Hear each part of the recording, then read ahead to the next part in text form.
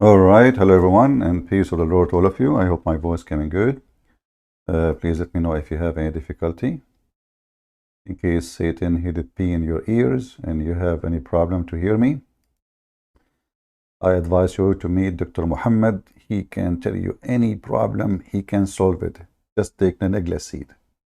The negla seed problem, can solve any problem. Me, myself, I have some health problems sometimes. And once upon the time, I woke up and I remember the hadith where the Prophet said, take a negla seed. But the problem I did, the mistake I did, I took two negla seed, and that made me so healthy. And like as they say in Hulunulu, two negla seed can kill you. You know, Prophet Muhammad did not say take two negla seed. He says take negla seed.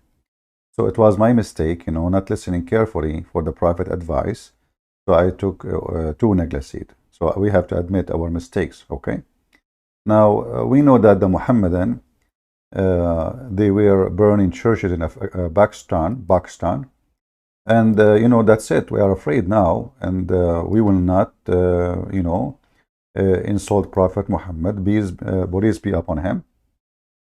And I promised that Pakistani terrorist, I'm going to insult Muhammad for you as much as you misbehave. Sorry. Because a behaving Pakistani Muslim is a person who burn churches. A misbehaving is someone who don't burn churches. So as long you are behaving as a good Muslim, we are going to insult your prophet. I will put the word Pakistan in my title wherever I go. So today our topic is about Prophet Muhammad appear in Pakistan. How we know that Prophet Muhammad appear in Pakistan? As an example, until now in Pakistan you cannot find one street is clean. What is the reason for not a single clean street, even in the heart of the capital? People piss on the wall because Prophet Muhammad appear everywhere. He piss in the wall too. Yesterday, we have a Muhammadan from Pakistan. He said to me he is going to do something to me, like he will do boom boom. And that is additional proof that Pakistan is full, and the Prophet Muhammad, he was there from the beginning. If we go in the hadith, we will find Muhammad when he was pissing in the road, because we don't understand tradition in Pakistan, where this tradition is coming from. People piss in the street, why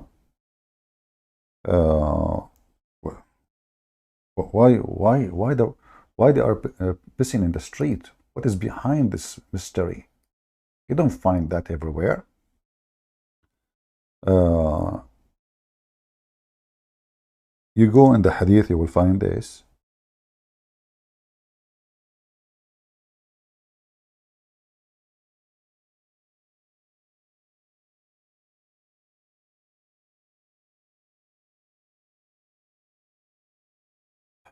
You will see the following hadith, which Muslim, they are saying it's very amazing. The Prophet, he always a best example for anything. So the Prophet, he was in the street. Yesterday when we showed this hadith to the Abdul, he said where it says he is in the street. It says there, a man was passing by and the Prophet was pissing. The Abdul says to me, where it says he was pissing in the street. All right. Let us see here.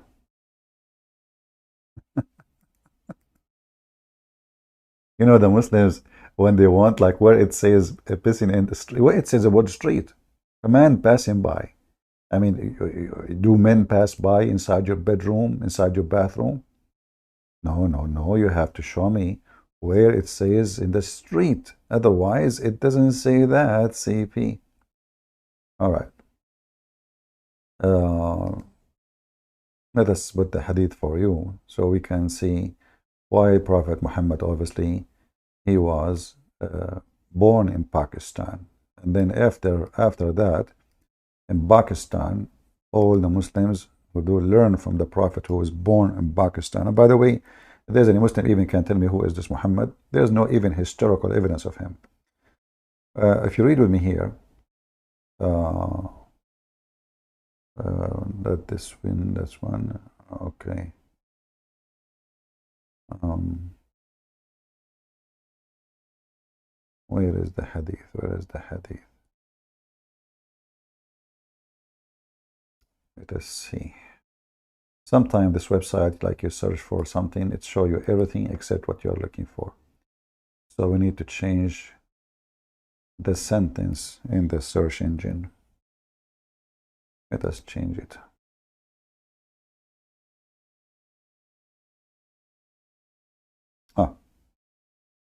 A person happened to pass by the Messenger of Allah, may Allah pray on him and salute him, when he was making water.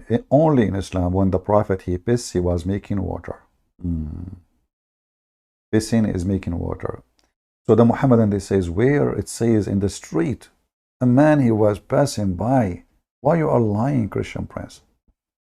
All right, all right. A man passed by the Prophet, PPUH, when he was urinating. Making water became urinating now. And he greeted him with salam, but he did not return his greeting. Dr. Muhammad is so angry. It's time he is holding his penis, and this guy is now greeting me, saying to me, I got you busted, pissing in the road. So in Pakistan, there's a very well practice the Muhammadan they do. Not only they are always angry and violent, and they kill each other, but they are always pissed off, literally. You know, like always, they are pissing all over the place. They cannot control their penis and their zipper until they go home. Like you go, like, okay, I want to piss, like when dogs walk in the street, what they do? They want to mark the wall. In Pakistan, the Muhammadan, they mark the wall. It's Alhamdulillah. He put his penis back and he keep going to the second wall. And just to show you even how stupid this religion is and how stupid the followers from Pakistan, you will find a Muhammadan who does not know how to say his prophet name correctly from Pakistan. He is teaching us what the Quran is saying from Pakistan. And I will give you an example, not limited, from Pakistan. A guy, his name is Adnan Rashid. This guy, Potato, I challenge him if he let me call him. He will not dare to call me or to let me call him. He said that the Quran corrected the Bible. And this Adnan Rashid from Pakistan, who do not know how to read the Quran, who put for us in a video Quran in Arabic, which he himself cannot read, he can tell us how the Quran correct the Bible. So I'm going to play some of what he said so we can see how the Quran from Pakistan correct the Bible in in the Holy Land. Similar stories that are found in the Bible, but it does not repeat the mistake. If you notice that the Muhammadan, when they make a video about their religion, they have to add some humming noise behind, like supposedly like they will make it holy, like this is the holy hum. Yeah, they can't even say a word without echo. Even when they play what's called nasheed, they bring equalizer software, and the guy who his voice like a man, they make his voice like a kid. And then the equalizer is working, and then suddenly the sound became so like thin, and the Abdul like Allahu Akbar, look how beautiful it is. So now Adnan Rashid, he have to add the hum music, otherwise it's not going to work. You have to convince them that the Quran is holy if we don't have hum music behind. Now it is impossible for Muhammad, you notice the echo? peace be upon him, to be an archaeologist. It's impossible for him to be an archaeologist. Are you kidding me? Why it's impossible? Isn't it he sent by Allah? Isn't it he is the one discovered that Adam was 60 meters tall? What's wrong with you? Isn't it true that scientists, they found bones of men, even the penis of Adam was 20 meters? I mean, if he was 60 meters, his penis, it doesn't make sense if he is 3 inches. That would be funny. I mean, imagine our grandfather Adam, he is 60 meters tall. And by the way, Muslims, as long Adam was 60 meters tall, how come the Kaaba is so small? I mean, if the Kaaba built from the time of Adam, why Adam, why the angels of Allah built the Kaaba for Adam in the size of a chair? He was going around it or he was sitting on it? Because the guy is 60 meters tall. I mean, look how small the Kaaba, brother. What the Kaaba is like, what, 10 meter high, 12 meter high? The guy is 60 meters tall. So now the house of Allah is not even good for a dog of, because at that time, brother, the dog of Adam was big too. You know? Yeah, like Adam was so big. So it makes sense that his, I mean, imagine Adam is 60 meters tall, yet his dog is a 30 centimeter height. That's really funny. That it was a chihuahua for Adam. Not even a chihuahua. It was not even a rat. Anyway, so brother Prophet Muhammad was not an arquebot. I like it, this word arca. I don't know how to say it. Say it again. For Muhammad, peace be upon him, to be an archaeologist, to be a Archaeologist. historian, to be a linguist par excellence, in order to know all these stories that have only come to light in the 19th century. I'll give you one Come only to light in the 19th century. Are you kidding me? Come on. Okay, tell us. quick example. How I know the author of the Quran knew what was in the Bible, and he knew the errors, the mistakes of the Bible which were not put down in the Quran. The story of Job. The funny is that the Muhammadan from Pakistan, they say that the Quran correcting the Bible when the Quran approved the Bible. If we go to the stupid book of Muhammad, the yellow pages, you will find the Quran keeps saying confirming what is with them, confirming what is with them, confirming what is with them. You hear a Muslim from Pakistan, he said to you, correcting what is with them, correcting what, like Abdul. In the Quran it says confirming what is with them. You, Abdul from Pakistan, you say correcting what is with them. What the heck? Okay, I'm going to type the word musaddiqan. So the Quran, look at this, unbelievable. وآمنوا بما أنزلت مصدقا لما معكم. Okay. Believe in what I revealed, confirming what is with you. Okay. So, but he's correcting what is with them. Okay, chapter 2, verse number 89. All right. Pakistani Muslim, I'm listening. Guys, can you read the whole text or you don't read it all? Let me be sure you can read it all more clear. So the Quran, the chapter of the Hindu. I mean, you said a Pakistani Muslim open the chapter of the Hindu. He don't know what I'm talking about. I mean, isn't it? This is the biggest cow chapter in the Quran. You Muslims are really weird. I mean, you have a zoo in your cow chapter, spider chapter, animal chapter. What the heck? Elephant chapter, even furniture, chair chapter, table chapter. Oh, anyway, what is missing is the bedroom one. So, and when scriptures came to them from Allah, confirming what they have. But the Muslims are saying the Quran correct what we have. So the Muslims, really, the Quran is a book of an inspiration. And by the way, if you don't like this translation, we can translate, give you a different translation. What translation you like? You like a Pakistani translator? Let me search for Pakistani translator. Hold on. I think Yusuf Ali is a Pakistani translator. Aman Rabbi Aman. This man coming from Pakistan. So Pakistani translator Muhammad Yusuf Ali, he says, and when there come to them a book from Allah, confirming what is with them. So Adnan Rashid, he says, correcting what is with them. Allah says, confirming what is with them. I mean, have you ever heard of Abdul is not a stupid? Have you ever heard of Abdul from Pakistan? He is not a drunk, making fun of his Quran. How the Quran says, by the way, this is the correct way to say it, not Pakistan, like in English, you know, that's funny. It is Pakistan, okay? All right? So in Pakistan, we have a person, his name is Adnan. I bet you he do not even know what Adnan means. This is an Arabic name. Anyway, pagan, the Arab controlled them and they changed their names. So in Pakistan, they say to you that the Quran correct the Bible. Muhammad in Mecca, he says, the Quran confirmed the Bible. And that generates some kind of confusion. And that confusion is very normal thing to happen. However, we can fix any confusion you have. Simply, you do this. First of all, when you pee, you shake your penis 3 times. And you pee in the street and be sure women and children, they are watching. After that, you dry your hands on the floor on the wall. What that will do?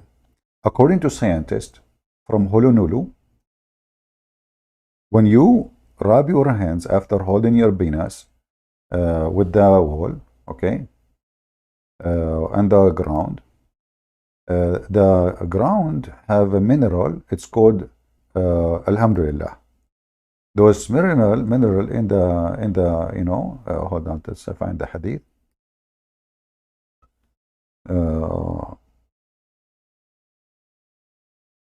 Those mineral, brother, after you piss, they touch your hand and they cleanse your hand. It's like a subhanallah. It's like an automatic cleansing mechanism. Say takbir, please. Say takbir.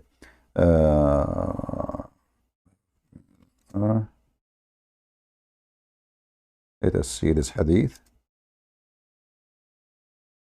I mean, who can do that? Think about it. The Prophet was not an archaeological, yeah, but he was, yeah, something else. All right.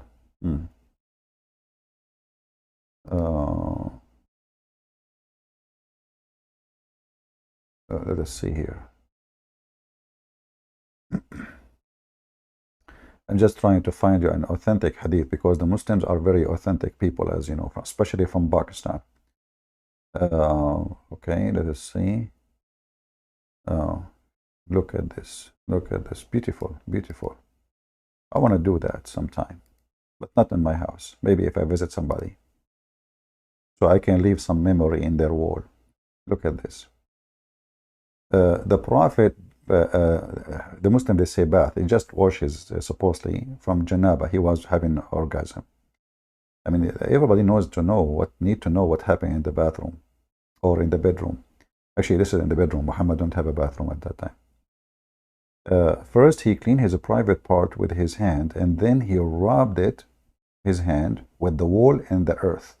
So now if you have a confusion about what really, what the Quran is saying, because Adnan Rashid saying the Quran correct the Bible, the Quran saying the Quran confirm the Bible.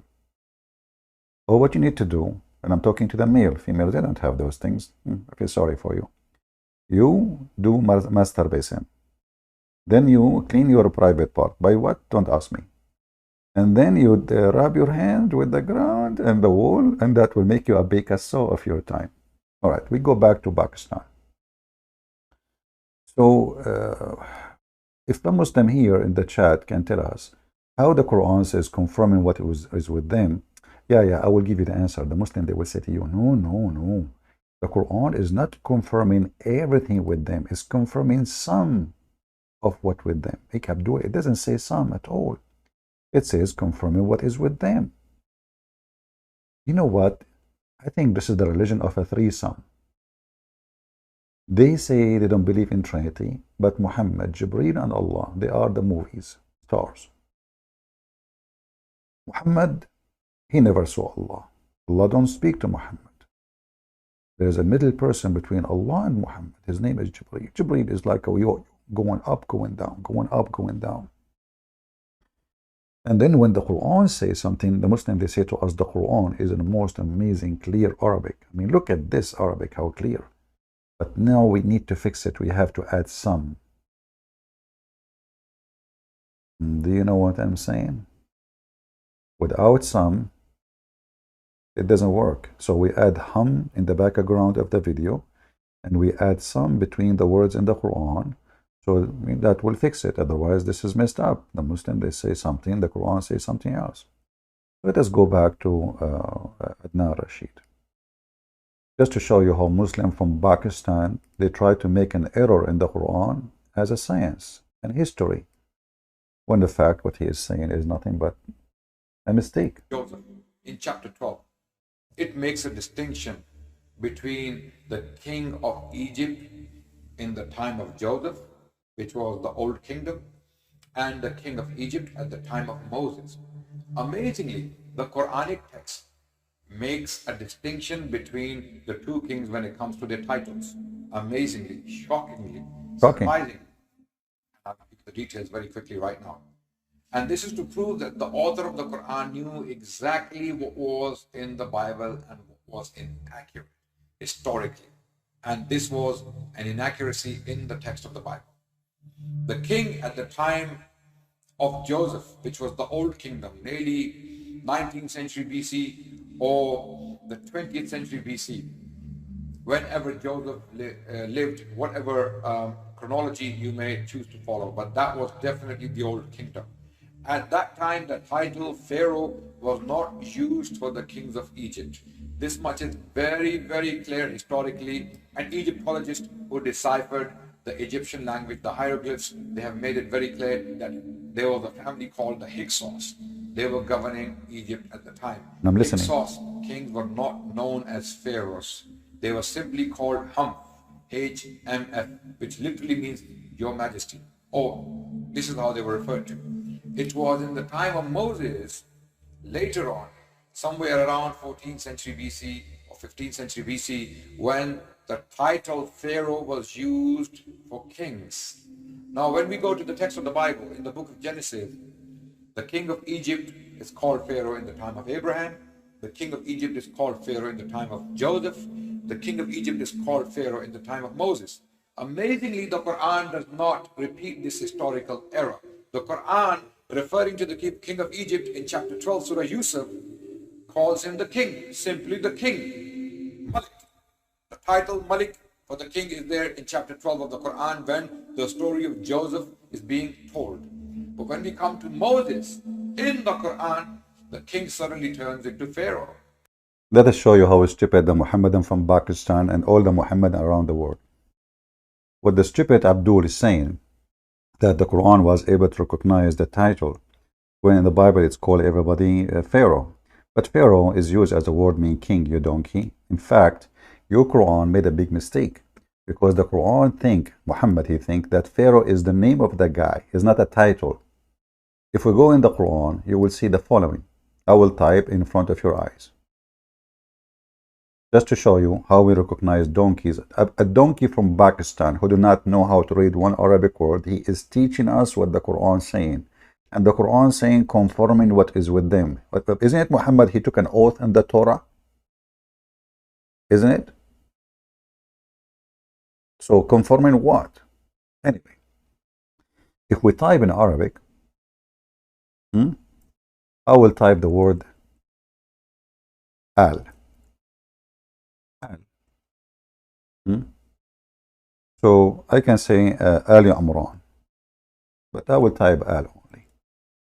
What this al doesn't show in the engine, search engine. So let us type Ali Amran.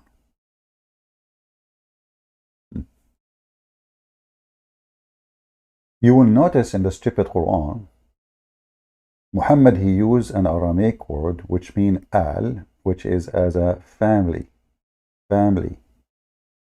So this is Imran, chapter 3, verse number 33. Read carefully. This is the Muhammadan translation, not my translation. So what the Muhammadan translate the word al? As a family.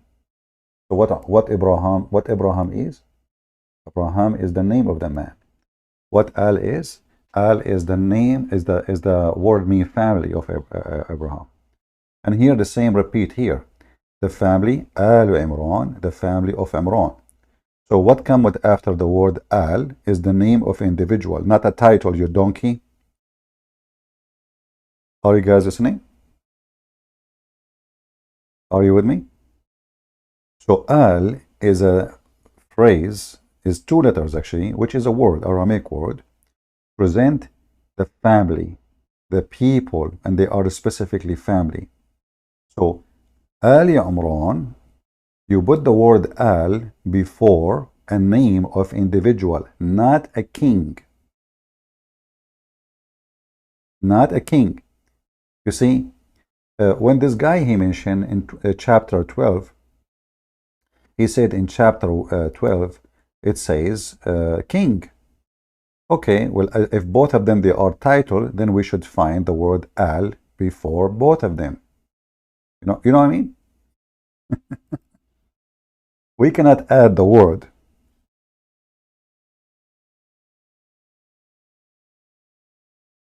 Here, you see, and the وقال الملك, and the king he said. All right. So the Muhammadan they say, okay, it says the king, but okay, if the pharaoh is a title and the king is a title, so why the Quran says al before the pharaoh, but he don't say al before the king? The reason is very simple. The stupid Muhammad, he thought he do not know the name of the king here, so he said the king. In the case of Pharaoh, he thought that this is the name of the king. His name is Mr. Pharaoh. Guys, do you understand what I'm saying? The Pakistani Abdul, he think that there is some amazing, how the Quran discovered this. When the stupid Muhammad is just making a big mistake, thinking that the word Pharaoh is the name. Otherwise, if both of them are titles, then we should say Alu al-Malik, correct? You understand? So if the word al, let us go back to al. Here we go. This is al. I will highlight it for you. The word al repeated twice in this phrase, in this sentence. Here we go. It's just 2 letters. Let me zoom in. You can take a screenshot. So you find that the word al appear only in the front of an individual name, no title ever in the Quran. Al separated by itself is a word by itself, not 2 letters. Mean specifically family of.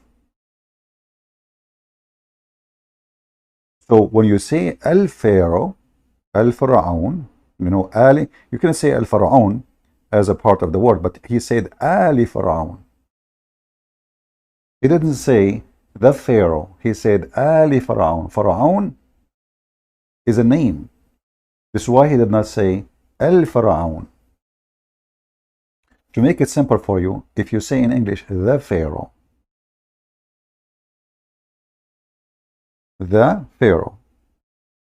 but in Arabic, if you say Al Faraun, you are speaking about a specific one. When you say Pharaoh in Arabic, you are speaking about Pharaoh. This is the name of a person.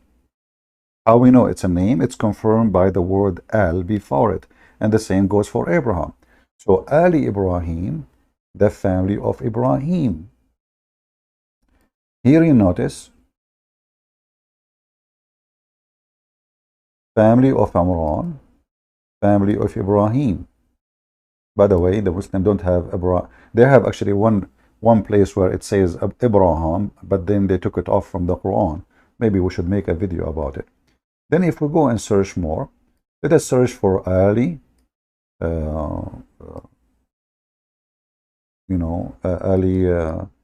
Faraun. If we type the word Faraun in the Quran, I will type just the word Faraun. You will notice that the word Faraun never mentioned in the Quran,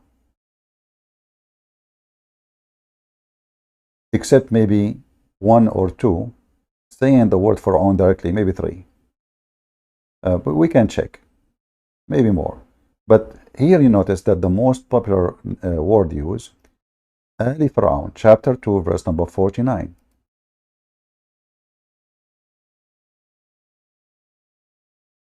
Do you see? You don't say people of a king. Let us replace. As long both of them they are title. Pharaoh is a title according to Adnan Rashid from Pakistan. Pharaoh is a title. King is a title, correct? So why here it says the people of Pharaoh? if Pharaoh is a king? What the heck is that? People of Pharaoh? Who are they, those? Then we continue. In the verse after it says, and recall when parted the sea for you, and we saved you, and we drowned the people of Pharaoh again. Not the people of the Pharaoh, people of a person, his name is Pharaoh. Let us go to the Quran more and see the word al appear more. What about we see Ali Musa? Musa is an individual. Here we see, you see when the Quran speaks about Musa here, in those verses in front of us, it says Musa directly. Why? Because Musa is a name of a person. But here in chapter 2, verse 48, it says Ali Musa wa Ali Harun. Read with me. Ali Musa's, here we go, family of Musa's. So when you say the word al, you mean people as a family of, and then you put the name of the individual. This is why you don't see, he don't say in Arabic the Musa, because it's just a name, individual. You don't say the Musas unless it's a title, like in Arabic, like even in English, you say like in Arabic we say Al-Masih. In Quran they call the Messiah Al-Masih. Don't call him Masih. Why it's used Al-Masih? Because simply it is a special person. He is the Messiah. There's no many Messiahs, only one. So Ali Musa's and wa Ali Harun, family of Aaron. You see it? So al always in the Quran come as a word before the name of individual, not a title. Not a title. Are you with me? Now going back to the Pharaoh. Here you will see the word al appear before the Pharaoh.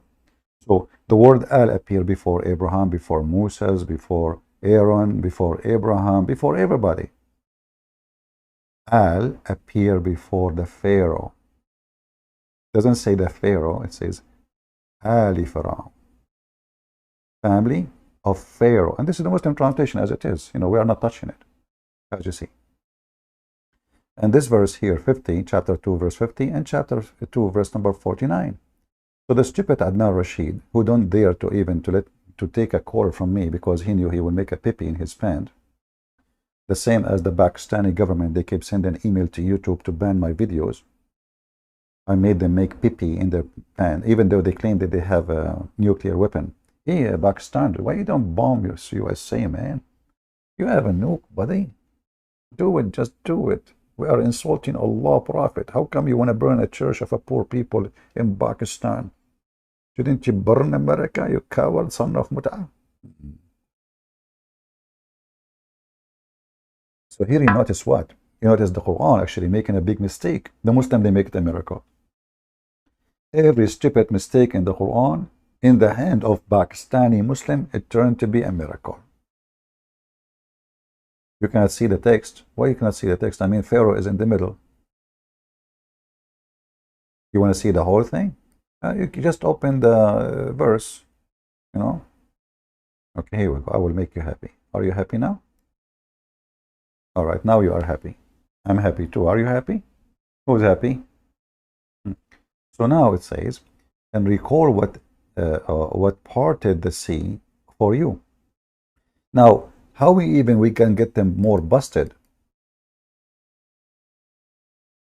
Anyone knows how?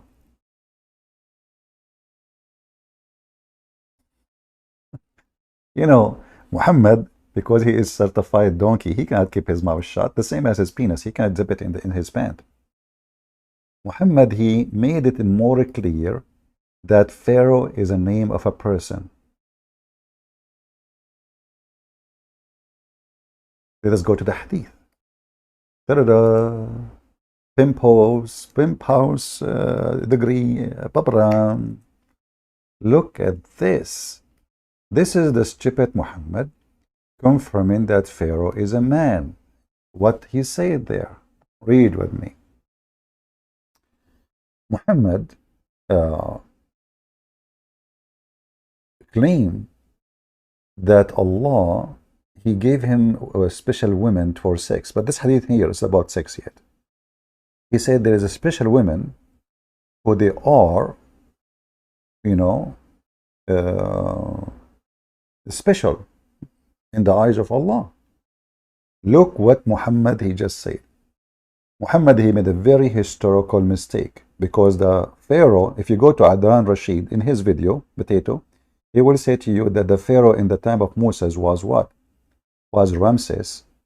And if you go and check the Ramses II, what is the name of his wife? He will say her name is Nefertari. What is the name of the Pharaoh? Not the Pharaoh, the wife of Pharaoh. Pharaoh, you see it?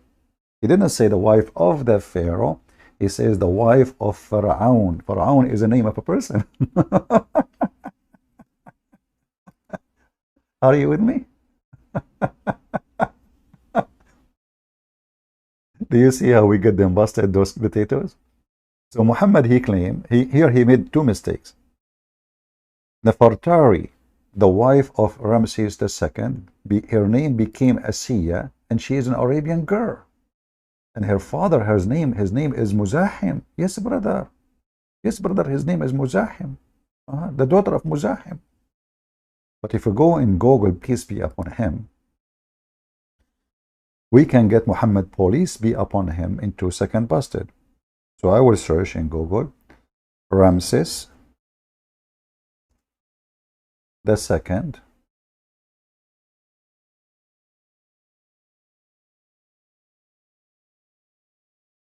wife.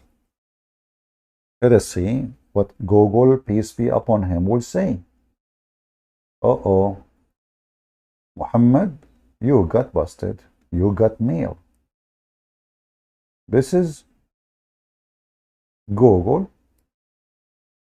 And you can search any website, doesn't matter really. The name of the wife of Ramses II is Nefertari. Who? Nefertari. What is the name of the wife of Ramses II, according to the stupid Muhammad? Asiya. So now Muhammad, he get himself busted twice, mistaking the name of the Pharaoh, thinking that Pharaoh is a name of the individual.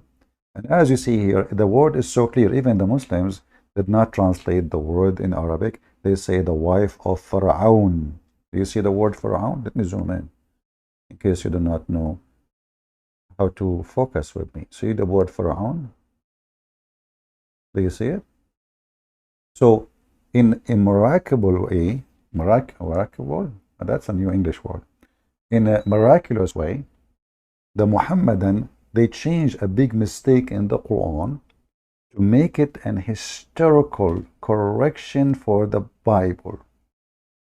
I mean, how Muhammad, he knew this? How Muhammad knew that Asiya is the wife of Pharaoh, not the Pharaoh? His name is Pharaoh. And what the Muhammadan don't say to you, that in the Quran does not say Pharaoh, it says Pharaoh,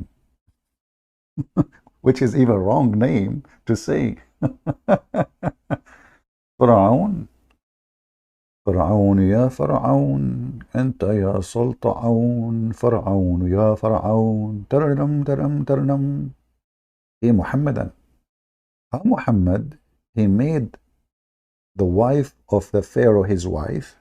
I mean, this guy wanna F everybody. Anything he heard about her, he add her to the list. Do we have any Muhammadan from Pakistan would like to call me and tell me why the Quran making such a mistake? I'm going to open my Skype, which is made specifically for Pakistan. If you are a sheikh from Pakistan, please text me and I will take you for etc. Okay. Uh,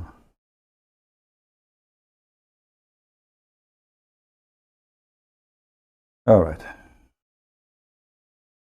Do we have any Muhammadan from Pakistan? He want to tell us how Muhammad he come with such a stupid, claiming that this is from his God, thinking that Pharaoh is a person name, not a title, and thinking that the wife of Ramses II.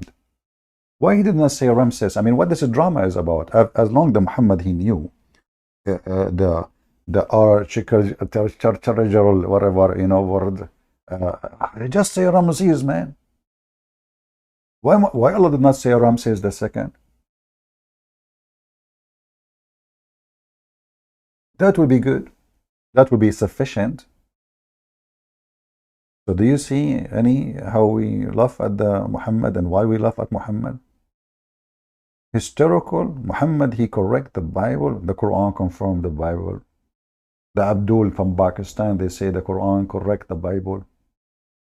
Which one we should follow? Harut and Marut saying nobody is perfect. Harut or Marut, are you kidding me, man? Listen, Harut, I don't like to go in argument with you because you are Harut and Marut. Are you both together in the same bedroom now? Please behave yourself. According to your story, according to Muhammad and Harut and Marut, they decide to have sex with the star. Her name is Venus. She was so hot, man. I mean, her boobs. She have 7 boobs, you know.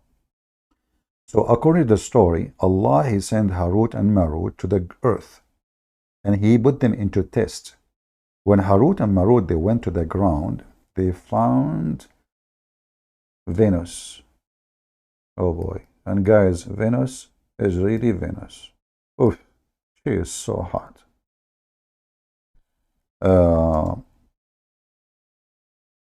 Like she was just walking by wearing short, very short skirt. And you know what those short skirts can do to men. So Harut and Marut, they said to Venus, hey, listen, can we just have sex with you?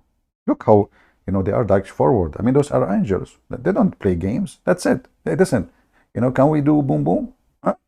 I mean, they are angels coming to earth and they are doing boom boom now. Okay.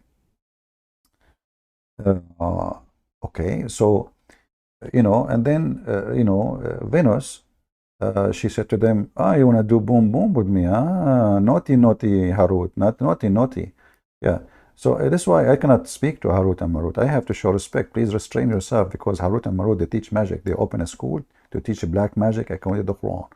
So Mr. Harut and Marut there, they can put magic in any one of you. I'm telling you, I'm just warning you. Look what happened here. The account of Harut and Marut. This is a deep story. I love it, by the way. Let me zoom out so you guys can see it better. Can you see the text or you cannot see the text? Shall I zoom more? I think now it's good. In the explanation of the holy verse, it said that shaitans used to teach magic that was sent down to the 2 angels, Harut and Marut. This is why I'm telling you, watch this guys, Harut and Marut, they are dangerous. He can put magic on you, Yeah. And where they came down, Harut and Marut? In the Babylon Tower. Makes sense. I mean, how you can come from Allah, sky, you go down in the Babylon Tower, Yeah. So they like, okay, in the Babylon Tower, all right. And okay, and then they get in and, they start opening school.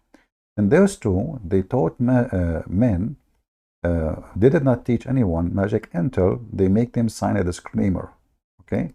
And they said to them, surely we are a trial.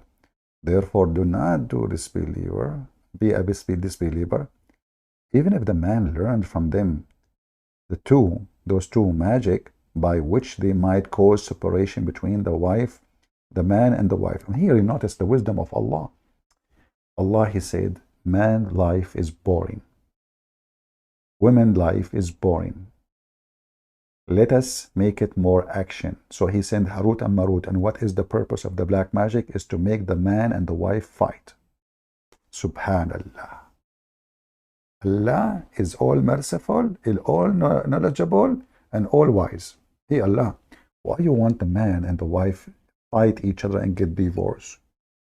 So now if you are divorced and you want to know who is behind it, It is Harut and Marut, which is sent by Allah to open a school of Harry Potter. And now those people, they are using the broom, you know. That's why you see all in the cartoon, they see the broom. This is a real broom, you know. It's a magical broom, you know. So they point the broom at you and you fight your wife. Like anyone, they point the broom at you know, and you, like me, myself, the guy with the black magic Harut, he point the broom at me and I fight my wife. But I told him I don't have a wife yet. He said later you will fight with her. So anyway, I'm expecting it to happen in the future. So look at this amazing story. This is the Muslim correct the Quran, correct the Bible. Look at this. Look at this. Allah sending angels to teach black magic, open Harry Potter. Ali ibn Ibrahim and Al-Yashi have in their tafsir narrated from Imam Muhammad al-Baqir, blah, blah, blah, blah, blah, okay? So they are making false allegation against men, those angels. Oh man, disgusting. They used to say to Allah, is high and above what is the word of the word say about him. The list of a group of angels requested Allah. They said to him, do you not fawn upon your creation who make false allegation against you and who disobey you, even though you have forbidden them from doing such a thing? So, oh Lord, you tolerate them, Lord? So like that, those the gossip angels, you know, the gossip angels, they are like making Allah do action. So anyway, the story here, so he said to the angels, okay, select, let us see if you are better than a human being. Let us see if you are better. Select 2 angels from you. So the angels, they went to the bathroom and they select the best 2 angels between them. And they said, okay, Allah, we challenge you to test those 2 angels. So he sent them down to earth and he made them have desire of men. When we went down to the earth, as soon as they arrived, they saw Venus. Then he removed all the curtains on the sky so that he may make his power visible to the angels. He sent those 2 angels to the earth and in the form of 2 handsome men. Trust me, I'm not one of them. And then he made them camp in the Babylon. Oh, I would love to camp in the Babylon next to the river. Yeah. Okay. And when they came to the earth, they saw a very beautiful woman advancing toward them. She was sexy, and you know it. She was fully adorned and perfumed, and her face was unveiled, like she is not wearing burqa. Shame on you. Now the 2 angels had a thought. There's something between their legs. Start moving. Harut, he said to Marut, look at her ass, subhanallah. Look at her boobs, Harut said to Marut. Marut, he said, Marut, listen, we should not talk about boobs. Let us talk about vagina. Please respect yourself. Do you see her vagina? Subhanallah. So Harut and Marut, they were like astonished by this woman. And then, but they were forbidden from having sexual intercourse. So they discussed this between themselves, like Harut talking to Marut, Marut talking to Harut, like what we should do. Should we follow the penis or we don't follow the penis? What do we do? And she's so beautiful. Do you see her ass? I mean, look at this ass. Unbelievable. May Allah ask you. And then at the end of the day, they decided to walk away from the temptation. They walk away. Not for long. The movie will change the direction soon. After walking a few steps, look how far the temptation did not go. Look, just few steps. Just a few steps. They made a decision, like they are discussing, should we have sex with her for 10 hours? And then they come to the conclusion, we should not. Then they walk 3 steps, like 1, 2, 3. And right away they change their mind. Like, what the heck? True story. I want to know the name of the director of this movie. Please don't, police be upon him. Oh, so now, after they walk for a few steps, they change their mind and temptation overpower them. And then they return to that woman and ask her to allow them to have sex with her. I want to know. I wish I have a video camera at that time. Hey, Adnan Rashid, can you tell us how this historic event can be recorded by Prophet Muhammad? Now, Rashid, he will say to you, this is Shia. This is Sunni too. We can show you. Even the Quran says. Anyway, so that woman, she said, my religion does not allow me to lie with you until you adopt my religion. Oh, jihad conversion. Yeah, this woman, she is doing jihad love. You want to sleep with me? You have to convert to my religion. Isn't this what the Muslims they do? All right, all right. And then they inquired her. I remember once a Muslim woman, she said to me, I don't mind, by the way, to sleep with you, but you have to convert to Islam. I said, did I ask you to sleep with me? She said, no, I'm not. I'm just saying. I'm just saying. I mean, what an offer, you know. Anyway, how you turn such an offer off? That's, you know, they clean everything there. So then the woman, she said, you cannot, I cannot sleep with you. She's conservative. She's religious. Unless you know, convert to my religion. They inquired her religion. She said, I can only fulfill the desire of the one who worship my Allah. So listen, she worship Allah too? Is that different Allah from your Allah? Oh boy, so what the problem? They worship Allah too.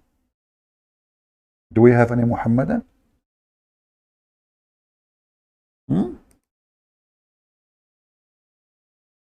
Do we have any Muhammadan here?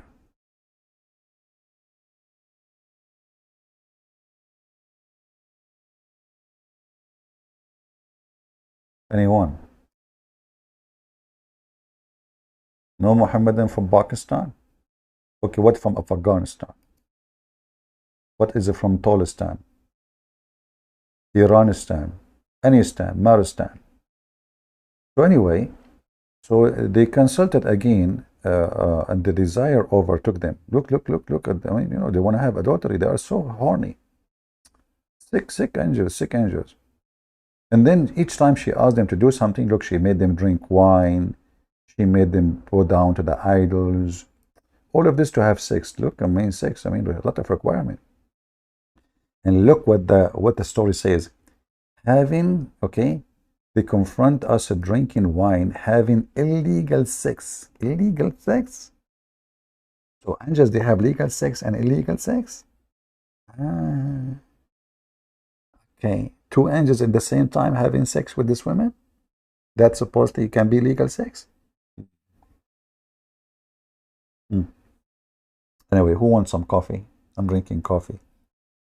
In the prostrating before the idol, they say to the women, verily you have proved a big trouble for us. Look at this woman, what she did to them. Why you do that? Why those women? Who sent her? Who sent this woman? You will find later that this woman, she's sent by Allah. So beautiful story. I don't know how I can express for you that obviously history always corrected by Prophet Muhammad and Allah. And then, so this woman, she said to them,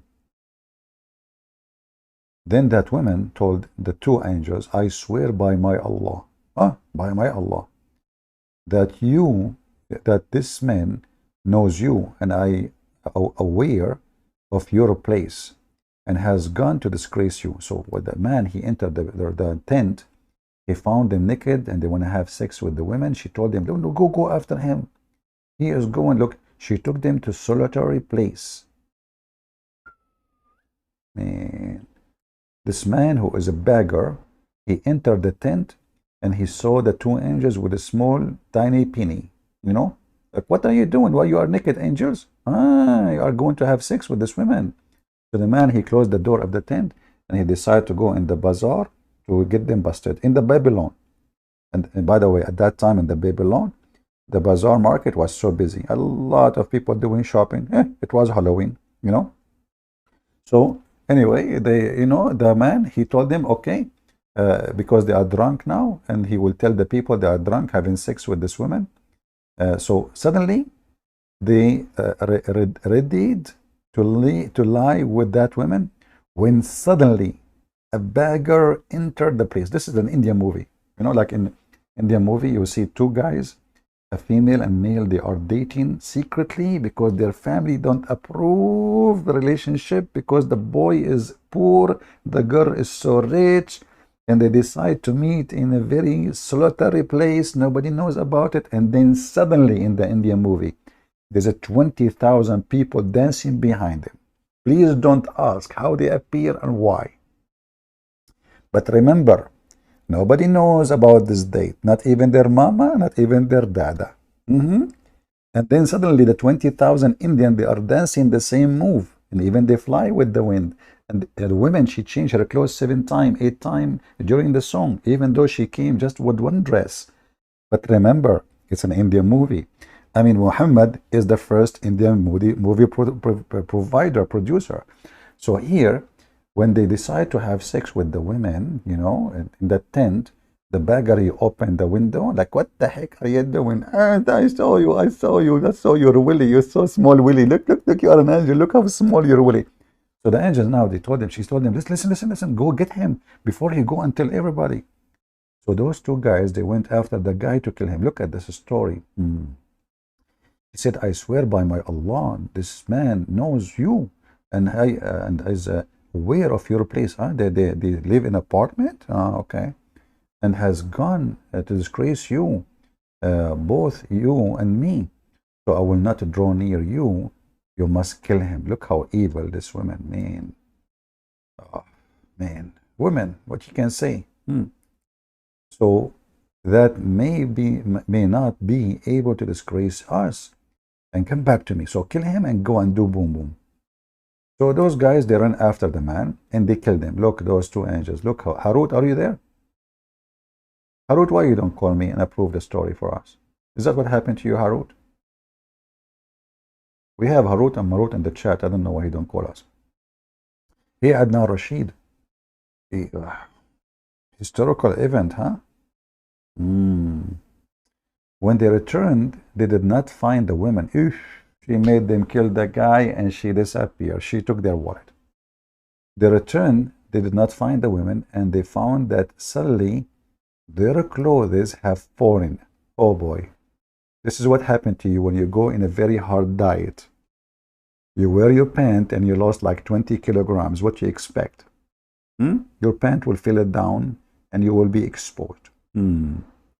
So now Allah, He made them naked. Why? Because simply they commit a great sin. And they had intense feeling of shame and sorrow. True story. True story. However, the story have more windows and doors. All right? Because the Muslims, they have millions of stories about the same story. Because Muhammad, he cannot keep his mouth shut. He have millions story of the same story. As you see, if you keep reading, you will see how many story there is about the story. So here, this is the third version of the story. Very beautiful woman. But who is this beautiful woman? Who later she was able to take the password from the angels to go to the heaven of Allah. Venus. Venus, brother. How many of you heard of the star Venus? Give me one if you heard about star Venus before. What is the story behind star Venus? Do you know? It's the same what they are saying here.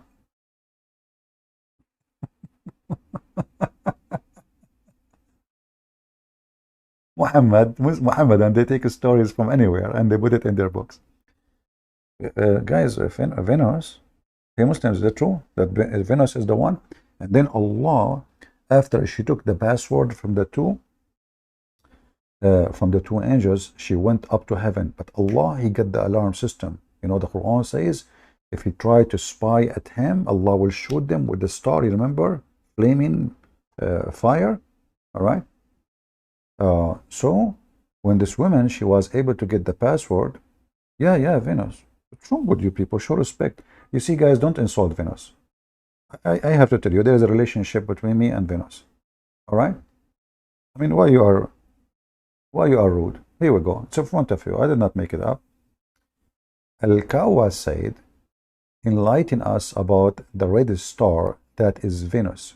He said, Once Allah Almighty made the angels see a condition of a human being who were busy disobeying Allah. The angel named Harut and Marut, and those people, those great-grandfather Adam was, like you can read the story. So, yes, it's about Venus. What's wrong with you? Look, this is the star Venus. They ask, who is this woman? They said, this is the star Venus. She was a very beautiful woman. Yummy, yummy. Oh boy, man. I feel hungry now. She said she had gone to one of those two angels. Look at this evil one behind my back. You know, when I meet her, she say, "I love you. I don't talk to other women." I went away. Venus, she is playing with her tail. She is very beautiful woman. She had gone to one of the angels, two angels, obtaining some kind of decision. Something fishy. At the first sight of her, the angel fell in love. Oh boy. What's your name? Can I have your phone number? Where do you live? Oh, yeah, in Venice, Italy? Is that what's your name? Venus. Venus from Venice. Okay. And what is your grandfather? He's a Greek. Okay. So the angel, he saw her right away. He felt apart. Like, what the heck? Look how beautiful she is. So hot, so mummy, yummy. He could not hold himself. And then he fell in love with her, and he told her the truth. That is with you, my judgment will be in your favor. But only when he gave me the control over you. The women promised to do so in fixed time of them to meet. Then we have a date now, but you have to give her some secrets. So listen. And when she went to the other angel. She is playing games. Now she went to Harut. First went she Marut. She went to the other angel, and the same thing happened to him. She gave him also the same promise and fixed time of them to meet. But look what she would do. She would make them meet in the same time. Women, man. So Adnan Rashid from Pakistan, he is going to date Venus with Lili Dawa from Turkey. But Lili Dawa, he do not know that Adnan Rashid been given the same date. Okay, brother. I'm really, I like it.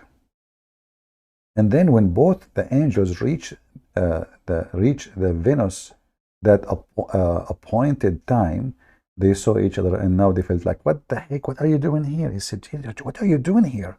No, I'm asking you, what are you doing here? So now both of them, they got busted. So she got them busted both in one, like, look how smart this woman is anyway. And then soon, decency went away from them. And one another, I have come here to have some purpose, same purpose, or which you have came for. So both they asked the women to allow them to have sex with her. Look at that time. I mean, this is the angel of Allah want to have sex with the women at the same time. Okay. She made them prostrate before her idol and made them drink wine. Got a beggar killed by them, and then finally told them that she will not please, she is decent, she will not be pleased with them until they teach her the way of going up to heaven. Look at this, brother. I mean, look at this. Look at this. Now, those angels having sex, don't want to have sex. They are desperate. They will do anything. So now she said to them, okay, you want to do boom boom? Huh, honey? Okay, look at those legs. Look how beautiful. Look at the breast. Look at the breast. Da-da-da-da, da-da-da-da. Boing, boing, boing, boing. She starts shaking them. And those angels, they lost their mind. So she said, if you want to play with them, you have to tell me the secret to go to heaven. Which makes sense. I mean, everything have a price. Hello? Now those two angels, they used to decide people dispute during their day and go up to heaven at night. Oh, so they are working in the earth, and they decide between people, but at night they go up to heaven. Oh, like boom, boom, like going up, down, go down. They refused to teach the women how to go to heaven, and in return, she did not fulfill their desire. At least the angels agreed. The angels, they could not take it for long, man. I mean, they cannot keep their penises in their zipper. They agreed at least to wish, last wish to the women, and also taught her how to go up to heaven. Oh no, oh no, oh boy, big mistake, big mistake. Can somebody call Adnan Rashid from Pakistan? In order to experiment, she uttered the words taught by them, and at once she reached the heaven while the two stood wide-eyed open. Look at this. She said the word like Harut, Marut, Shankabut, Karkabut, right away in 2 seconds. This woman, Venus, she went up to heaven. The angels, they were looking how fast. She altered the word she just taught by them. In less than a second, man. What are you talking? There's no second. It's so fast, like a blink of an eye. She is up in heaven. And then Allah, look, Allah is watching, brother. Then Allah turned the women into the form of a star. And now we told you the historical, archaeological history behind Venus. Adnan Rashid, are you there? So your stupid prophet, he thinks Pharaoh is a name of a person. You make it history correction. Your stupid prophet, he thinks that the Pharaoh is a person and his wife is Asiya, when the wife of Pharaoh, the Ramses II, is Nefertari. And those, Abdul, they say to you, the Quran correct the Bible. Brother, how the Quran knew that? Nefertari. Nefertari became Asiya, and Pharaoh is a name of a man. It's not a title in the Quran, you liar. Do we have any Muhammadan here have any comment about what we said and shared with you? Oh, I don't know. I think the Muhammadan, they have the right to remain silent because we have overwhelming evidence against their stupid prophet. Any Muhammadan? Mayday.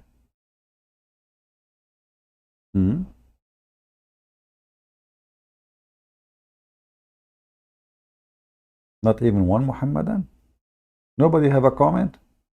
So do you see how you Muslims lie about your religion and your book? And do you see why we are the Arab Christians? You know, by the way, Arab Christian doesn't mean people they are Arab.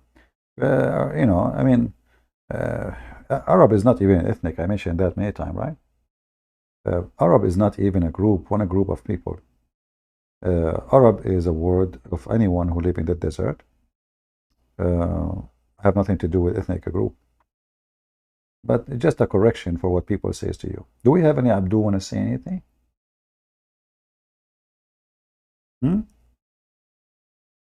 Is it true that the wife of Ramses II, her name is Asiya bint Muzahim? Her father is Muzahim. Why? He is a Bedouin from Jordan. In Jordan, they like this name, like Muzahim. You see half of the country, their name is Muzahim. You know? Hey, Muhammadan, are you there? Yeah, there is a kid. His name is Sincere Muslim. He's a very sneaky, stupid. A Christian prince. Sincerely, I don't want to be rude with you. I mean, if you read the comment of this, you will die laughing. So I said to him, as long you have you Christian, you have no evidence. Hey, Muhammadan, sincere Muslim, do you have any evidence of the story of Asiya and Pharaoh? Do you have an evidence that the black dog is the devil? Do you have an evidence that shaitan go around your penis if you don't say the name of Allah and he do boom boom to your wife? What is your evidence? Do you have any evidence that shaitan take hair from your anus when you pray? I mean, come on, this is easy. All what you need to do, put a camera behind your anus when you are praying and record with a slow motion and post it on YouTube. By the way, we do not need to see the the hand of the devil because he's invisible. We understand. But at least we will see the devil taking hair from your anus. Hello? So you zoom in your anus with the camera. I mean, otherwise Muhammad is lying. Who is a Muslim, by the way, can prove to us that Shaitan take hair from his anus when he pray until he fart? This is very easy. We do not need to go to the moon, to the sun. We do not need laboratory. And these days, everybody have a phone. Use your phone. Where are you going? Somebody saying good night. We just talk about the hair in the anus. You go. This is an interesting topic. How any person he leave such an important topic? The Muslim Abdul is under the conspiracy of playing with his anus. You see, the whole world making conspiracy against Abdul. Even their anus is not left alone.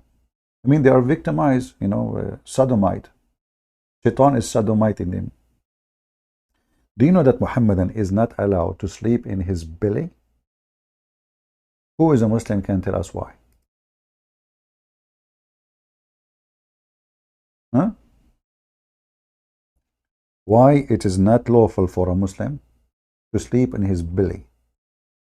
Is it true Shaitan would do boom boom to you? Muhammadan?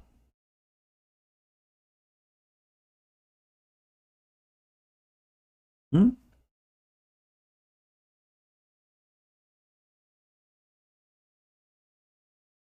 Hmm.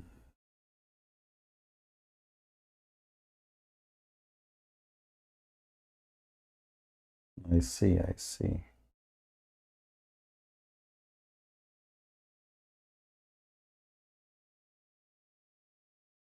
Mm-hmm. No Muhammadan?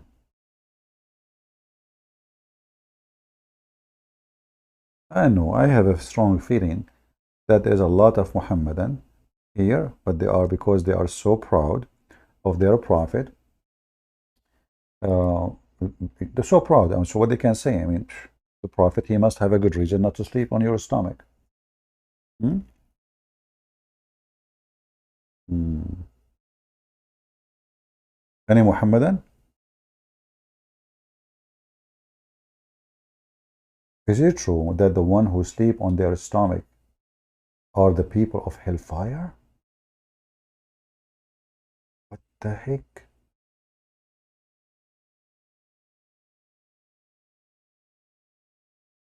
Muhammadan is true? Let me see if I can find the hadith for you in English. Hold on, hold on. Um,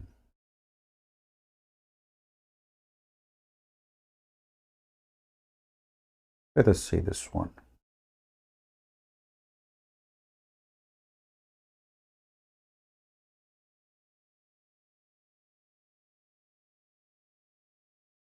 Look at this. My father said I was laying down on my belly in the mosque. Look how disgusting this person. Not only he is laying down, he is laying down in the mosque. Sometimes people do crazy stuff. I don't know. I don't know really how stupid a human being can be. So my father said I was laying down on my belly in the mosque when someone shocked me with his foot, like he said, laying down in this way, is this approved by Allah? Hey Muslims, what is the problem? Any Muhammadan can tell us? What will happen if you sleep on your stomach, Muslims? Why Allah disapprove it? So you Muslims, so if a Muslim woman, she sleep in her, I mean, what the heck? Why? Any Muslim can tell me why Allah disapprove it? In which book it says that? I mean, when Muhammad he says such a thing, why the Muslim don't ask him when Allah he said that to you? Isn't it Muhammad received his message from Allah in the Quran? Where in the Quran it says that Allah disapprove you sleeping on your belly? Any Muhammadan? So there is tons of stories, like they are fantastic stories. And obviously, the Prophet Muhammad, he have his, all of this is superstition, you know. In different hadith, actually, Muhammad, he said that this is how people of fire, they sleep. And he meant, you know, like, if you want people to do boom boom to you, okay, you sleep in your belly. Obviously, Muhammad, he was a decent man. He is not filthy minded. Look at this one. The Prophet SAW passed by me, and I was lying on my stomach. He knocked me with his foot and said, "Oh, Janab, yeah, idiot. Jandab, what are you doing? This is how people of hellfire lie." Okay, hold on, Abdul. If this is how people of hellfire lie, well, that means this guy is in hellfire now.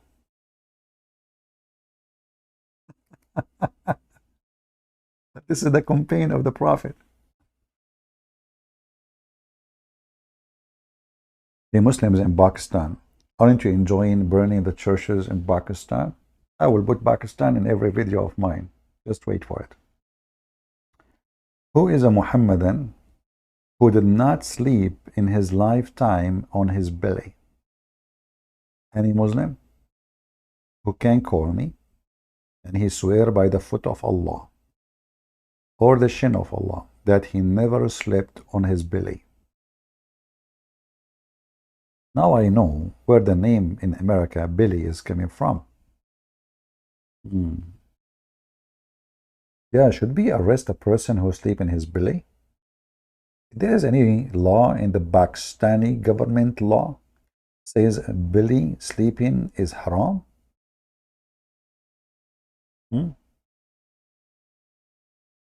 Mars, you don't believe in that? Oh, in Mars you can sleep in your belly? Oh, good for you. Well, in Pakistan you cannot. If you sleep in your belly in Pakistan, you are from people of hellfire, and the Muslims will burn your house. And I bet you every Abdul in Pakistan, he sleep in his belly. Any Muhammadan?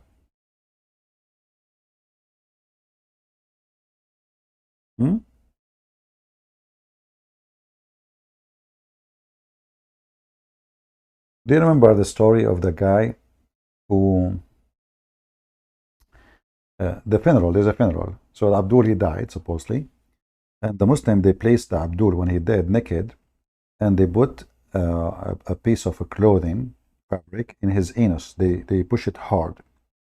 The reason they do that because 99 dragon, they will go inside the anus of a Muslim when he go in the grave if they don't have that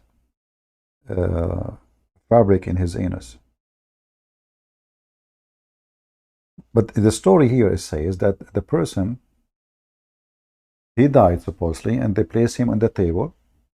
And then one believer, he says, this brother is not dead. The other Muslim, they said to him, how you know he's not dead? He said, do this.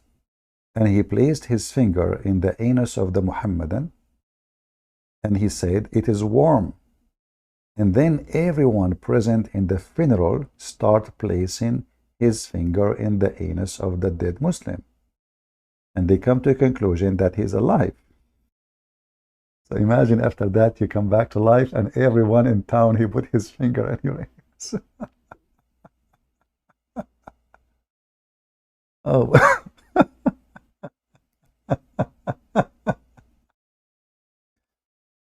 So brother, when the Muslims, they put their finger in the anus of the guy, did they put him in his belly?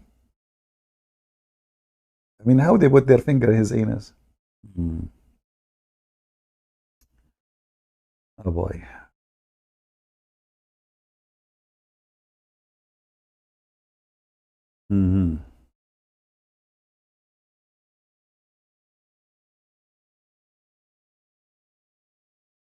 Any Muhammadan?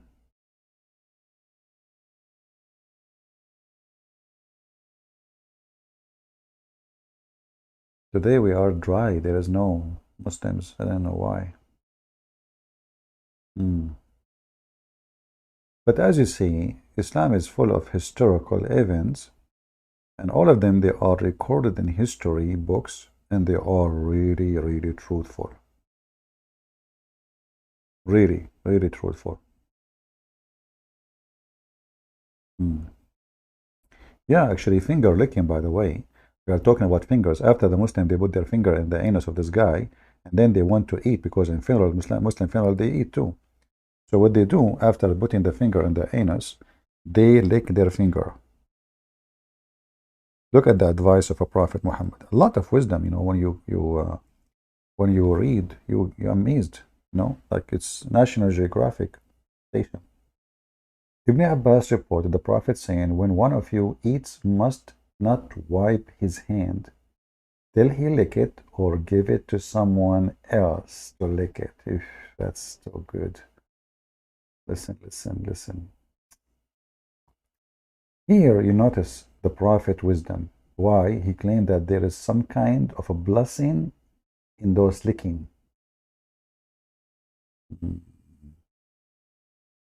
What do you think of the MBS making Saudi Arabia more modern and away from Wahhabism? Well, my friend, this guy, he came in a time where the people, they are spending their summer every year somewhere, drinking whiskey and wine. So the country is already, the religious, let us say, standard collapsed long time ago. The money of Saudi Arabia was able to keep the religious standard in the appearance, but behind the scene is collapsed long time ago. He's not doing anything. In Saudi Arabia, people, they take drugs. I mean, just search right now how many people die every year from drinking perfume. You drink perfume. So he did not do anything really. He just understood the situation, and in order to preserve their place as a royal family, who they are not royal, they have to move on. Otherwise, he will collapse. And he is not making the country moderate, In fact, Saudi Arabia, nothing changed in it. Yeah, I mean, women, they can go without hijab now. People, they can dance. There's nightclubs. There's, yeah, this is just speeding things up. But things is messed up long time ago in the country. But the most important thing is, ethic is zero in this country. Because, having freedom does not mean they grant you ethic. As an example, in USA, we have a lot of freedom, but there's a lot of non-ethical behavior. Thieves, shoplifting, all kind of garbage. But in Saudi Arabia, they claim to be very religious. And so in the appearance, everyone say, inshallah, each time he say any word. In the same time, child molestation, rape, theft, drinking. I mean, they say something, they do something. So the country is gone a long time. And I believe that the royal family, they call themselves royal for a reason. They are just so stupid. They think they are in control. They are not. Like you heard this guy, the crown prince, he is building a big city, and that will be a big investment. The biggest investment a human being can do is in his people before buildings. Until now, the majority of the Saudi do not know how to write, how to read. Until now, don't have a sewage. Until now, their poo-poo goes in a hole beside the house. Until now, most of the school education is about Islam. So how you wanna make a future country when everybody is still in the cave time? So making parties and dancing and music is lawful, and theater, and this is not what we're going to improve life. What improve life is making people educated, and they will never do that, because education means that the royal family, they will not be royal. It's way easier to control a bunch of savage, uneducated people from controlling educated people who ask you where you take our money. Do you understand? So all those countries in the Middle East, they control their countries by keeping the country behind doors. In Emirat, as an example, you might think Emirat is very advanced. It's not. There's nothing in Emirat functioned by the local. The local don't even work. This country can collapse in 2 minutes. If some war happened between Iran and somebody, like what happened just a few years ago, the whole country will be empty. The whole system will collapse. Same as in Qatar, same as in Bahrain. Who is the one who fixed the electricity? A Filipino guy. Who is the one who cleaned the street? A Bangladesh guy. Who is the driver? I mean, even the driver, they can't drive. So how countries can be built by such quality of people? To build a nation, start with education. Greeting from Austin, Texas. Welcome, my friend. I do not know how crazy this religion cult was until I started being watching your video 6 months ago. I found out about you when Prophet Lavi Elias. When what? I don't know what is that. Anyway. Welcome, my friend. Do we have any Muhammadan here? How many here from Pakistan? Do we have any Christian from Pakistan here? You don't have to say if you live in Pakistan. But if you are living abroad, you can give us one. Actually, when I went last time to do seminar in where? I went to Dallas. I was invited by a Pakistani Christian, very wonderful people. I visited him at home and visited his family. So I did seminar in their Pakistani church, and I did a seminar in a big, huge church, American church, huge one.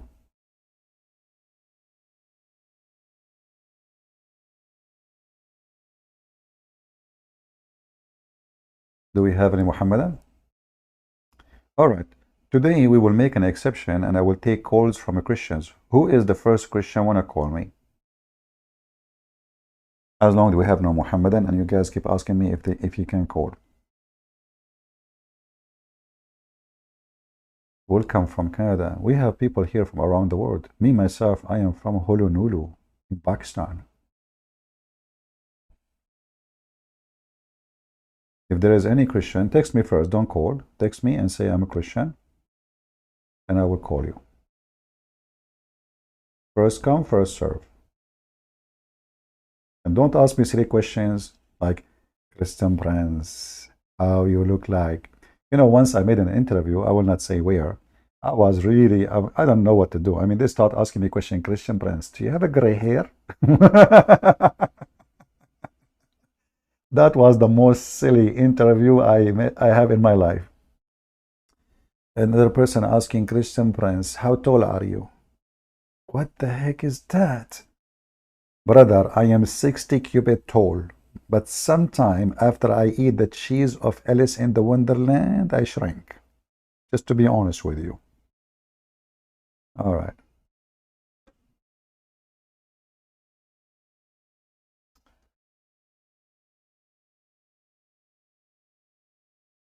All right. Okay.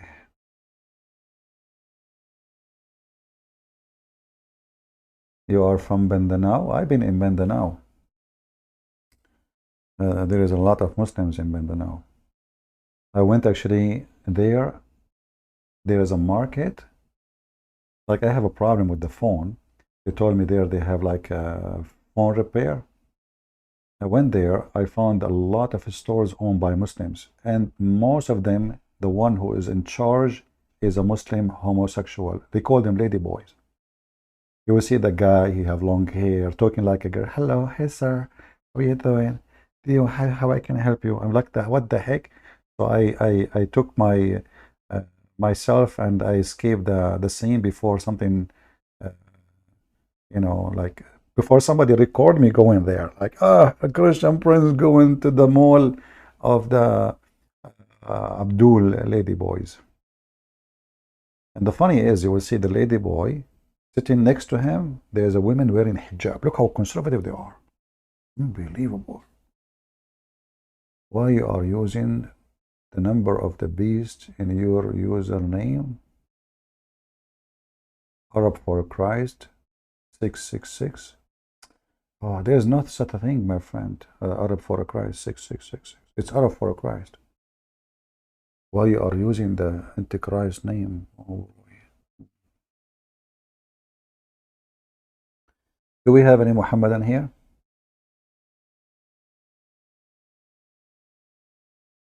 Until now. See, I told you. When I say who want a Christian when I call, nobody texts me. If I'm not saying Christian can call, they will say, can I text you? Can I call you? Christian friends, can I talk to you? Now we say Christians can call.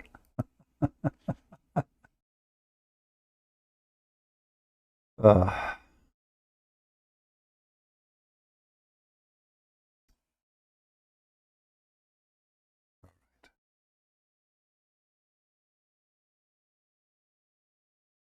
do we have any Muhammadan?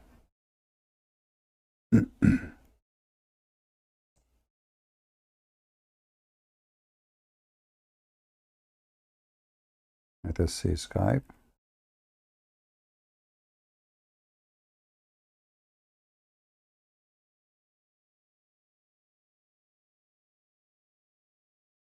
The one who is saying why you use the number 466 in your name, you are a scumbag like your prophet.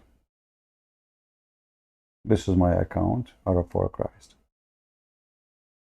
Potato. I mean, you Muslims are very silly and stupid. You are the Antichrist. You are talking about Antichrist.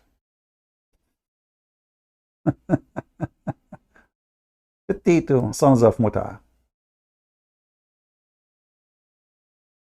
Anyway, how to debate with a Muslim if they are only defense saying English translation? No problem. Ask him what translation he agree with and hold him accountable for that translation. Then use it against him.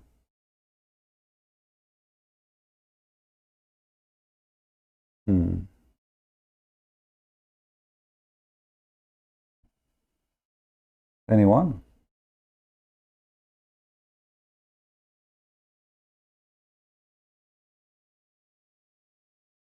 Ah, he's talking about the email there. Ah, okay. Well, this is this is like when you try to make an account, they give you options. All the options are taken. But this is not the name of the account. Anyway.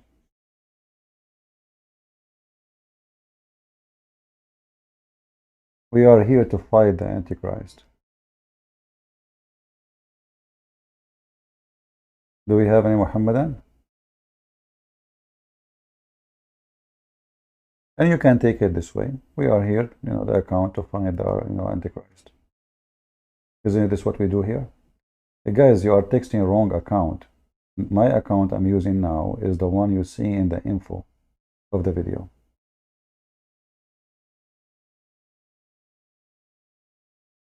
All right.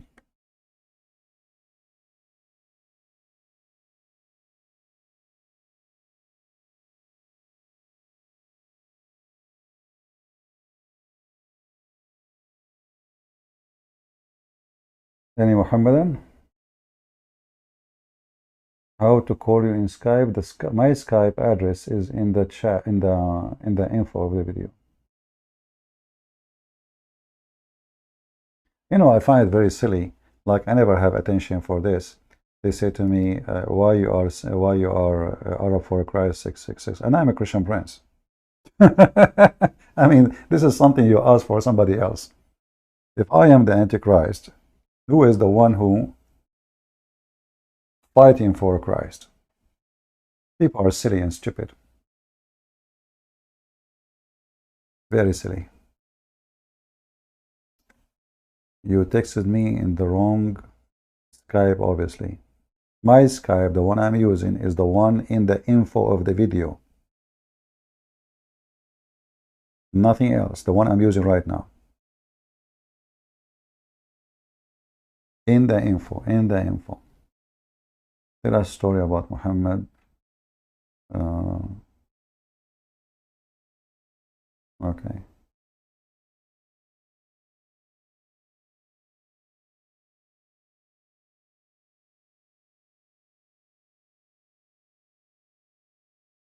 Pakistan are even giving me the threat for converting to Christianity. Well, they are losing ground anyway, and people are leaving. You know, the Hindus and Muslims, I find them the same way. Like, the one who made a post saying that 100,000 Hindu left Hinduism because we give them bags of rice, you know. But the Hindu, by making such a statement, he just insulted every Hindu. He's saying that you Hindus leave your religion for the sake of a bag of rice. So I answered him saying, okay, well, give them 2 bags of rice, they will come back. Get them back. As long as why they left, it's easy to bring them back. Just make it 1 bag and 1 kilogram more than what the Christian give. Very simple. But, when those people, they are trying to fight Christianity, they say stupid things, which is insulting to their belief. Because what kind of a belief? People will leave it for the sake of a bag of rice. That means you don't have a religion, you don't have anything to hold them. A bag of rice will make them. This reminds me of the Muhammadan. They say, I used to say for fun, I say, because no Muslim call me, I said, give me 1 Muslim, I give you 5 hamburger. But I'm joking, we are on the internet. The Muslim, they recorded me, and then I went once to a Muslim in chat room, and they say, Christian Prince, we got you busted, we have you recorded, now we know how you make Muslim leave Islam. I said, how? And then they played my voice saying, give me 1 Muslim, I give you 5 hamburger. He said, how you explain this? So I took the microphone. I said, okay, give me the microphone. So I took the microphone. I said, well, thank you very much for saying the truth. You Muslims, you exchange your God Allah for the sake of 5 hamburgers? And then they got so upset from me and they never played that again. I mean, look how stupid they are. My friend, you did not send me any message. You are sending it to the wrong account. Let us see. I have messages from long time ago, and now no new messages from anyone. The admin is posting my account. Guys, admins, are you posting the account which is shown in the info of the video? The one is in the info, nothing else. Maybe you guys are getting the wrong. Hold on, maybe the one in the info is wrong. Hold on. Maybe it's my fault. Give me a second.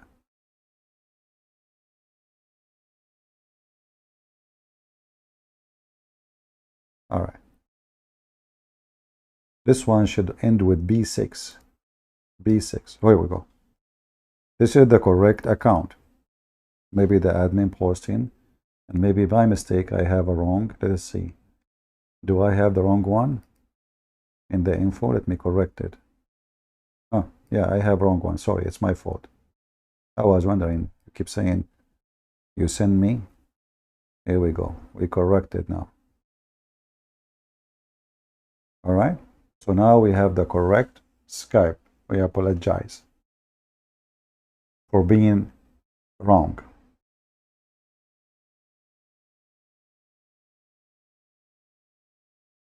So this is the account you use.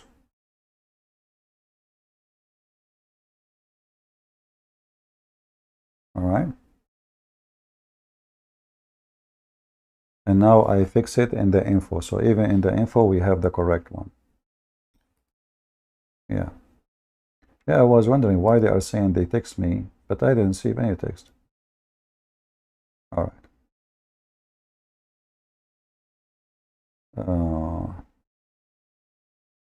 All right, somebody from Pakistan saying he appreciate my work. Thank you very much, my brother.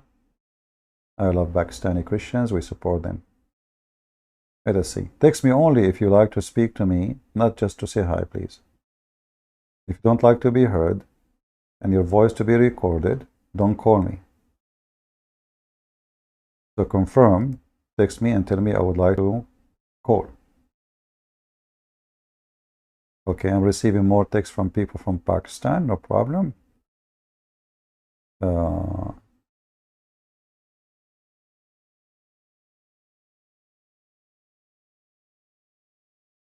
Somebody asking, I heard you speaking about the word Azar. the father of Abraham in the Quran, it means foolish, but I can only find that it means helper. Can you help me find? For me, I learned that from a very, um, um, what his name? I forgot. He speak Aramaic. He teach Aramaic in universities. So I learned it from him. So it's very sure. But maybe when you are searching for the wrong word. Otherwise, I'm not an expert in Aramaic. I learned it from this guy. He is a professor, and he teach Aramaic in USA.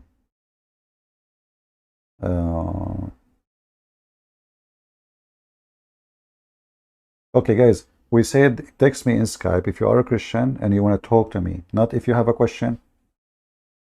If you want to join and talk, all right? Not if you have a question. If you have a question, just post in the chat. Let us see.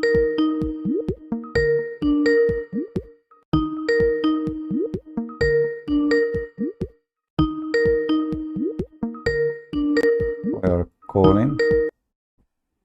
Hello? Hello? My friend, can you speak louder? Hardly I can hear you.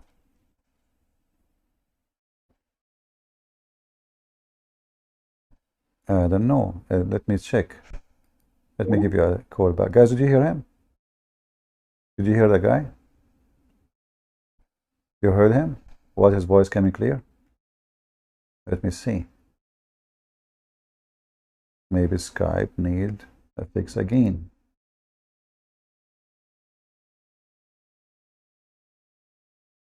Audio setting. All right, and then the speaker. And okay. So how come I could not hear him? Let me call him back. You did not hear him, right? Yeah, okay, let me see.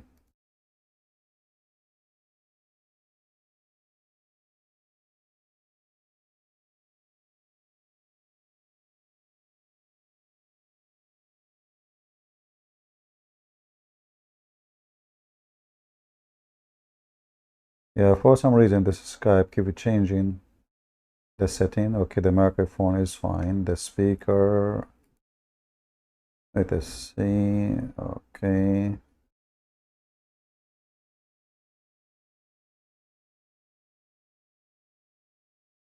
Let us see, test audio. Okay.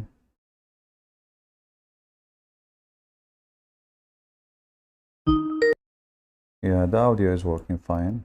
So I will call him one more time.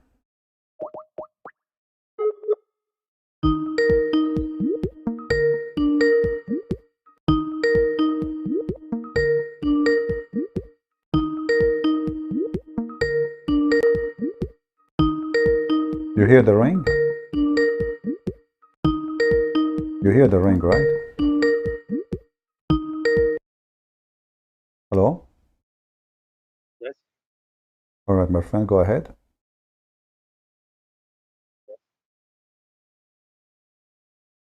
Hello? Your audio is so bad, my friend.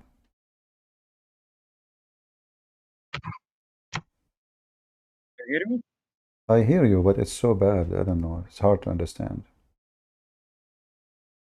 Wait 1 second. Okay, go ahead. I hear you now. I hear you better. Yes? Yeah, I hear you. Go ahead. So you are a Christian? No? You are a Muslim? Okay, what do you want to say to us? I want to say, if you die, you're gonna see only one God or three gods? Are you the guy who yesterday called me and he said the F word to me?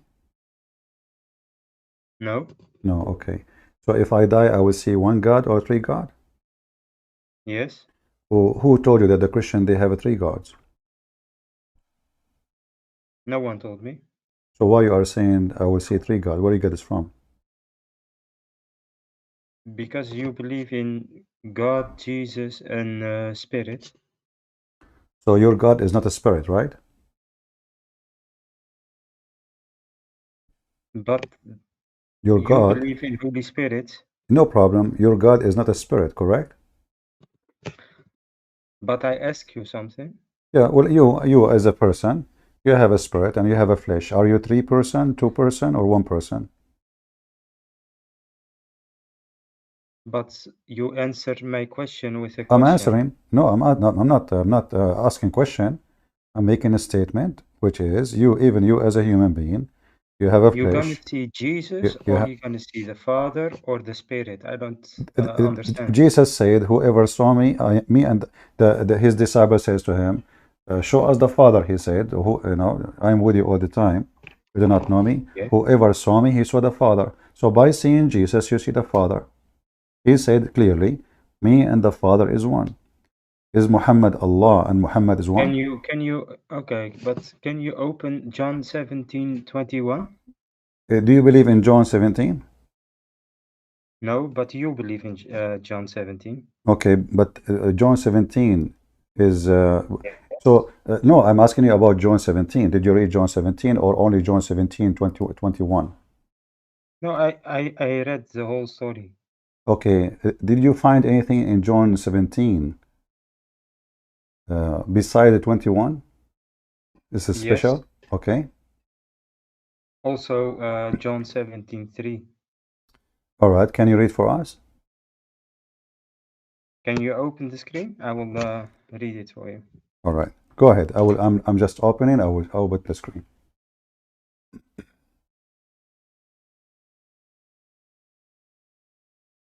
What did you say?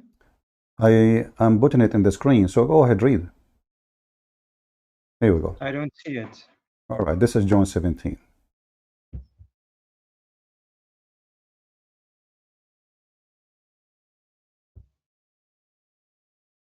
Give me a second. Yes. All right. Go ahead. Yes, John 17. All right. But do you want that I read the whole 17? Yeah, read, because we need to see. I mean, how? Because sometimes I ask myself how Muslim they see John 17:21, but they don't see John 17:1 and 2. How come they see number 3, but they don't see 1 and 2 and 4 and 5? But Yeah, but go I ahead. asked you about 21. John I know, 17. I know. But the question is, how come you jump to 21, but you did not notice that all the verses before refute anything you want to say about 21? What is the problem with the 21? Can you tell me? There is no problem with 21. So what do you want? I just want that you explain the 21. Okay, Because you said my father and I are one, right. and here I read by 21 that they all shall be one, just as you, my father, are in me, and I am in you, so that they also shall be one in us.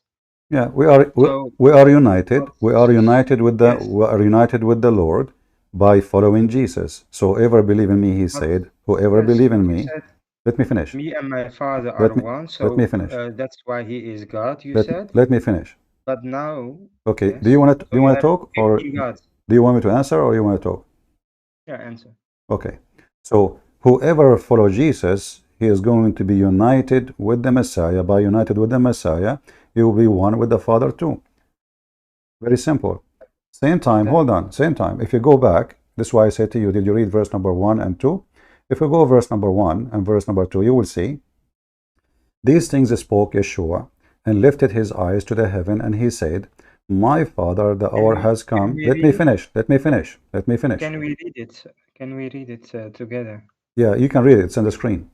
Can you read Glorify it? your Son, that your Yeah. Son may glorify you, just as you have given him the authority over all the flesh. So based on this, who is the one have the power over all the flesh of a human being?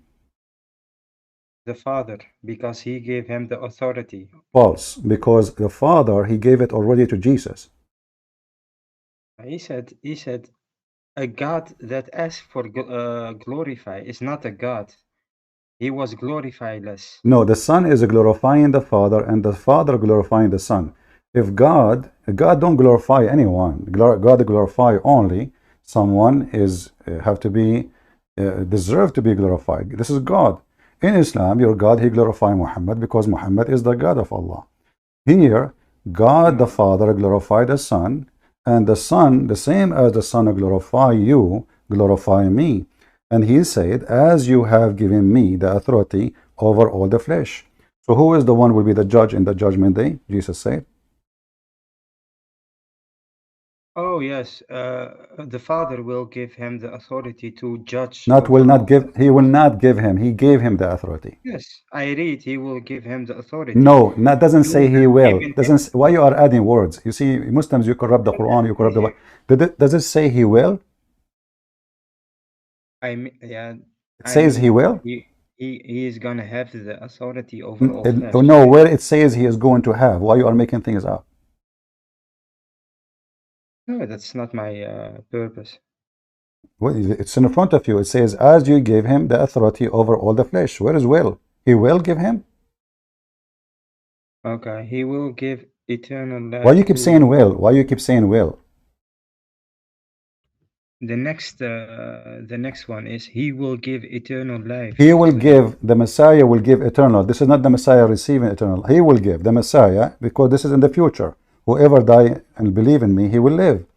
So the Messiah later, he will give eternal life to all who believe in him. So now you Muslims, you lie, you say, nowhere Jesus says he is God, but the chapter you've chosen saying clearly that Jesus is God. Okay, but which translation is this? It doesn't matter which translation you read the Quran. Yeah, but this is a very different. Don't butt me. This is Aramaic translation. This is Bashita Holy translation, the most accurate.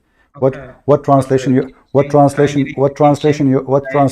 accept for the Quran? I read the King James Bible, and it's different. I said the Quran. I said the Quran. What translation the Quran you read? Ibn Kathir or Ibn Kathir have a translation for the Quran? Oh, the translations of the Quran. No, I'm saying you accept all the translation of the Quran?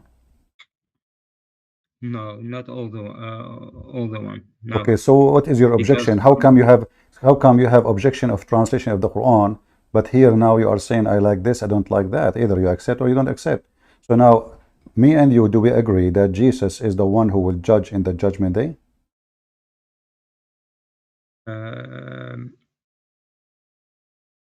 I don't understand your question. Who is the one who will judge people, all mankind, in the day of judgment? You mean from the Christian perspective? From the verses you choose for me to read John 17, you forgot? Yes, but I think the major Christian people don't read this translation. Doesn't matter. All translations saying the same. You are just playing games now. I'm asking you. Okay, According to any translation, hold on. Don't play this game. You see, either you talk like a man, or you talk like a kid. So I'm asking you, who is the judge in the judgment day based in any translation of the Bible you have? Okay, can you show the translation that you read? All of them say the same. All of them say this. All of them say the same. No, that's not true. Sorry. Okay, can you read the translation? Can you read the translation in your hand? The King James Bible? Yes. Okay. Read it. Oh, wait. Uh-huh. 1 second. Mm-hmm. These words spoke Jesus and lifted up his eyes to heaven and said, Father, the hour is come. Glorify the Son, that thy Son also may glorify thee, as thou hast given him power over all flesh, that he should give eternal life to as many as thou hast given him. And you said, hold on. You said, hold on. You said this is different. How is different? Yeah, I see by 3 it is really different How because it is they, different? It says, you said can to I me, it says explain or he not? will. Okay, hold on. Just, it says, and this is the life, eternal life, that they might know thee, the only true God, and that Jesus the Christ, whom has you sent. If we go to the previous translation, it says exactly the same. No, It it's says not. exactly the same. Here we go. It's in Oh, front of us. okay. Okay, read it. This is life eternal, that they might know thee, the only true God. Uh, Huh? The uh-huh. only true God is the Father. Okay. So now let us go back to zero. So the game is not But working. So now but who here is the one? Listen, they listen. shall know You you, say all of you this, alone. all of Yeah. this. You are trying just to avoid. Three. Can you Always you call me and yeah. you say the same stupid thing. So let me ask you to the last time. Don't waste my time. Who is the one who will be the judge in the judgment day? Jesus? Okay, thank you. So why you Muslim lie? You say Jesus never claimed to be God. But you don't understand Uh-uh. something. Okay, so the The judge in the judgment day is he Jesus. I don't understand. So you, the the Muslim, Father understand. gave him the authority to judge. Doesn't matter. Because It's what it's I read. Huh? This is what I read. still. It's Okay, not okay, written. listen. Huh. Can your God give the authority to Muhammad to be the judge in the judgment day? If he wants, yes. Okay, If but he that wants. mean in order to give him the authority, he have to be a person who knows everything. Nobody can lie to him, correct? But I mean, God can give I'm not asking even about you. God can give or not. I'm saying if If Muhammad I, to if be I if Muhammad God to be the God judge, give if me the Muhammad to be authority to judge. Yeah, but if God give me the authority to judge, that's Abdul, listen, you that called me doesn't mean yesterday, you said the F word to me. Today you are quoting like a cat. You deny that it's you. But anyway, it's okay. A boy from Afghanistan, Pakistan. Listen. So your God, he is going to give Muhammad the authority to be a judge. How Muhammad will be able to judge between mankind if he do not know the unseen? yes, that is what I mean. If God wants, he will give him the power to see the unseen, Okay, to give him I'm the going to power go with you now. to But judge. isn't it your stupid prophet says that the Messiah is going to be the judge, absolute, just in the judgment day? I am not a scholar, but I don't care if you are a if scholar or not. You are a scholar in the Bible a second ago. Now you just said everybody heard yeah, you in the saying, Bible, I am a scholar. Yes, everybody heard you saying that yes, Allah can I go give. to No, Christian school. You understand? listen. Yeah. First of all, one of the names of Allah is Al-Adil. Al-Adil. So in order to be a judge, you have to have the attribute of God, because you cannot be al-adil, which means the just, unless you are God. So if Allah is sharing his attribute, that means you Muslims are mushrikeen. So look at this religion. The Can you Muslims, be hold on, don't can change, you be just? hold Can on. you be just or not? No, I cannot. Can you be No, you just or cannot. not? Nobody can be just. No human can be Why not? just. The, Okay, why not? So are you can be saying to me human being can be just? of course, All right. but not If godly. there is a singular human being was just in history. Yeah, the judge is just if he does his work good. No, the judge he judged by Just the judge he just knew. He judged by what he knew. So why you Muslim you say yes. only Allah So is he why so only he is why just. so Abdul why you Muslim says Yeah, only Allah is just? yeah. We mean he's the only just in eternal just. You understand? But we have the Not ability just. to be just to people. Look, So listen. yeah, look, Okay, it's very normal. Yeah. who is the best judge in Islam? Is it Prophet Muhammad? No, only God. Who? He is the best. Guys, The best is okay, God. so you just said to me a second ago, anyone can be just, a judge, he can be just. Now you are saying, I said to you, who is the best judge in Islam? I said in Islam. You said to me only a God. Yes. So how And Messiah? So how the Messiah today, is an absolute judge of justice in Islam then? if God wants to give Jesus the authority to So judge, let us go with your stupidity. So now you are saying to me, your God, Muslims, gave Jesus the ability to be creator. Number one. I didn't say that. Shut up, That's shut up. You you see, you said. are I filthy didn't coward. say You that. call me bad What words. you I will said. let you talk just to laugh at you. So now we discovered I that didn't Jesus say have the authority over the flesh. In Islam, in Christianity, he will be the judge. The Quran says that, the Hadith says that, the Messiah, he is the one who will judge all mankind, and no one is judged just beside him. And you say that Allah, he gave that to Jesus. So Allah did not give that to Muhammad. Did he give it to Muhammad? I don't see any what you are showing, Messiah, Jesus. I don't see anything. No? I don't read anything about judge, Messiah. It says in the front of you, he will be the judge of with justice. He will judge with justice. The Yeah, Messiah. but I see the Hakaman, Messiah. Hakaman I don't see Muqsitan. Hold on. judge. Okay, hold on. Okay, here we go. The Messiah. Let us read the hadith. Okay, just give me a second. Yeah, of course. All right. Hakaman Muqsitan. All right, here we go.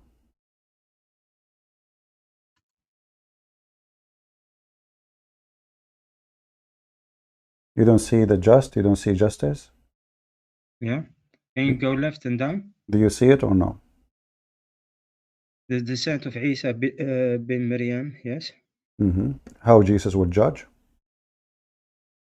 Yes. Oh, yes. Oh, you mean in his second coming? Doesn't matter. Well, isn't it in the second coming, the Bible talking about Jesus to be the judge? Oh, I Ah, thought you mean after day of judgment. Oh, okay. Yes, he will live 40 years in this world, and he will follow the Sharia of the Prophet no problem. Listen, Muhammad. he will He not will. follow. He will not follow anyone, any Sharia. You are lying. Doesn't say anything about that. There, the Hadith saying Muhammad making false prophecies that Jesus almost coming down. Shut up. Show you the He hadith. he said in Arabic, liyushikna, almost coming down. Does it say yushikna? فكرة كده what? Does it say the Import word? your Does it say the import. liyushikna? What yushikna mean? I don't know. Mr. I don't know mean almost there. So the Messiah almost coming down. The Messiah almost coming down. Muhammad making a false prophecy. This is number one. Because 1400 years before said that and nothing happened yet. Same time, he will be the judge, judging with justice. And nobody can judge with justice save God.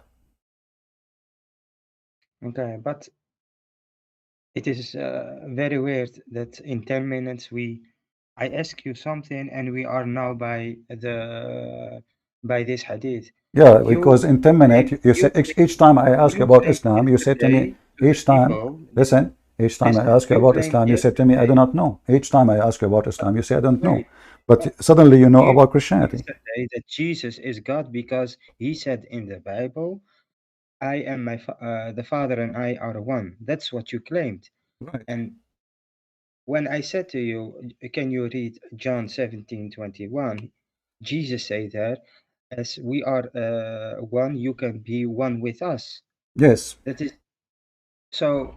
How you gonna fix The it? unity here, then there's no fixing, there's no Then he's fixing. gonna be Look what also I God. showed you. Look what I showed you.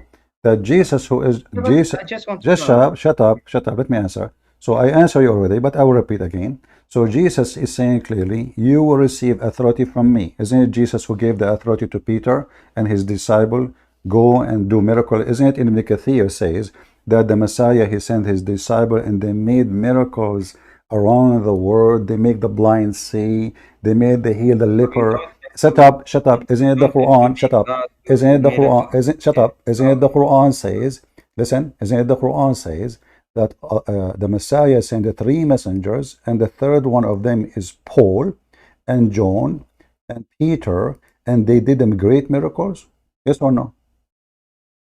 Not in the hadith. In the Sahih hadith, never. Not in the Sahih hadith. How you know it's not Sahih? That's a different question. Okay, no, this is not a question. I'm asking you how you confirm it's Sahih or not. Who are you? Yeah. Do you know Because how you okay of okay hold it just to show everybody that you are a fraud like your prophet. Do you know even what book I'm mentioning? Yeah, maybe a Shia book or something. Ah, Shia book. Ah, okay. No, I did not mention Shia. You are the one who mentioned to me Ibn Kathir. I never read a You hadith. said to me, you said to me, you accept. You said you As accept Ibn we Kathir. read, Did you say you we accept? read. Did you say you accept Ibn Kathir? Ibn Kathir is not a scholar in hadith. I asked you which book you Bukhari, accept. Muslim, I asked you what book you Bukhari, accept. Muslim. Listen, I said to you which book you accept. You said Ibn Kathir. You forgot? Yeah. Okay. Do you accept what Ibn Kathir says about those verses? No.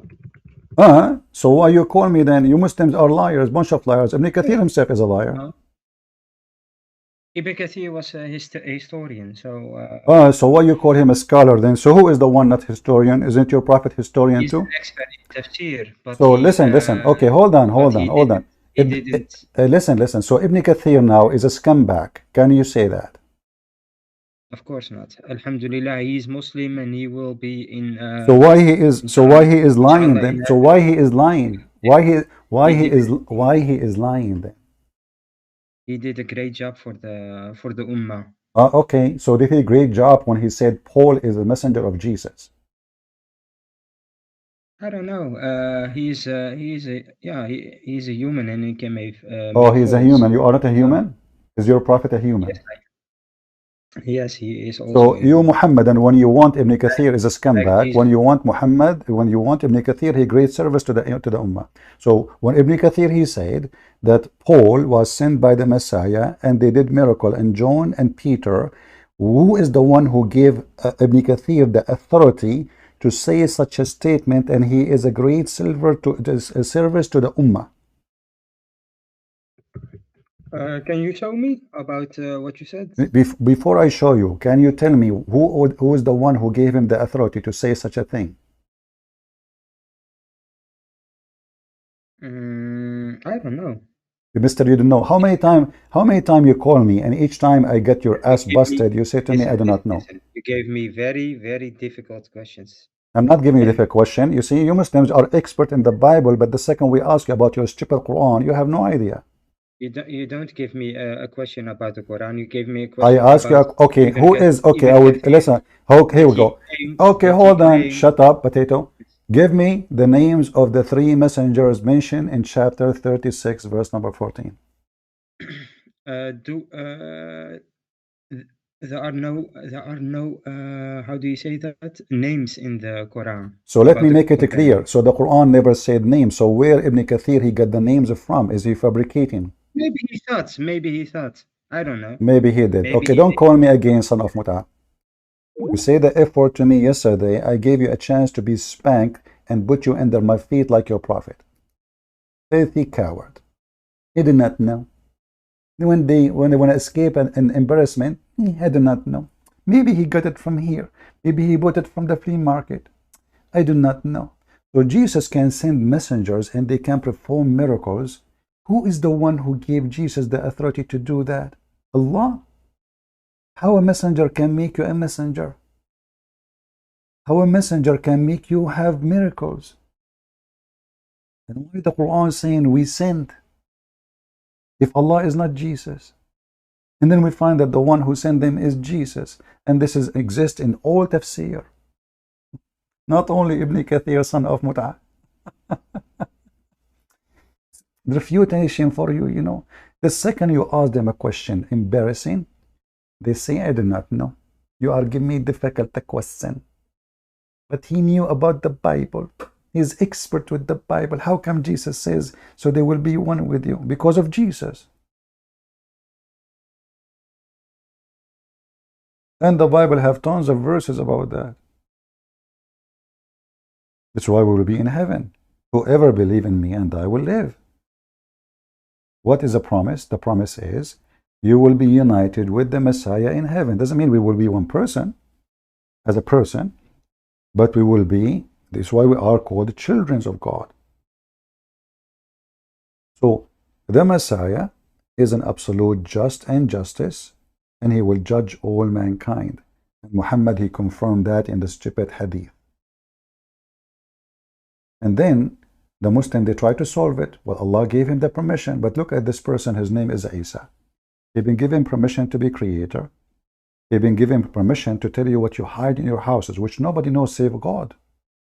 When the Muhammadan, they accuse Muhammad that he stole an underwear, how come Allah could not tell them who took it? If we go in the Quran, we will find this. The Muhammadan accusing Muhammad is stealing the laundry. He took a red underwear from the laundry, which is a theft. From the booty. What Allah said to them? It's not Muhammad who took it. Obviously, Allah cannot be God, because if Allah is God, He will tell them who took it. The same Quran confirmed that Jesus can tell you what you hide in your houses. The Muslim will say to you, well, Allah gave him the permission. Can Allah give a permission to Allah to find who took the underwear, which Muhammad been accused to take it? If we ask Jesus, he will tell us. He will say Muhammad, obviously, because this verse confirmed that the one who took the underwear is Muhammad. Why? Because he did not dare to accuse anyone else. He is the one, he's guilty. He knew it's him. Allah is God. How come Allah, He made a verse to refute those who accuse Aisha that she slept around, and He waited more than a month, but He could not make a verse to confirm who took the underwear? So Jesus knew the future. Oh, Allah gave him that. Jesus can resurrect people from death. Oh, Allah gave him that. Jesus can heal the leper. Allah gave him that. Jesus can make the blind see. Allah gave him that. Jesus will be coming back. He's alive now. Allah gave him that. Jesus will be just in the judge. Allah gave him that. What Allah gave to Muhammad? Short penis. Muhammad, he said, I was the most weak person between all mankind in sex. And then I invoked my God Allah, and He sent me a dish of shish kebab, and I got the power of 40 men. So even your God could not fix the penis of Muhammad, which is very simple. A little bill of a Viagra can fix it. He sent him a dish of shish kebab, sent by the angel Jibreel. What kind of God this God is? He fixed the illness of Muhammad by a dish? Did Jesus give the guy who cannot see a dish? He ate it, he can see. Did Jesus say to the guy who cannot walk, hey, eat this 3 times a day? Your God is not God. So the Muhammadan, they have a fake, filthy man. His name is Muhammad Qatham, the hyena semen. He tried to strip Jesus from all his miracle and his glory, saying Allah gave him, Allah told him, Allah sent him, Allah. But then we found Muhammad here giving nothing. The Quran confirmed that Muhammad have 0 miracle.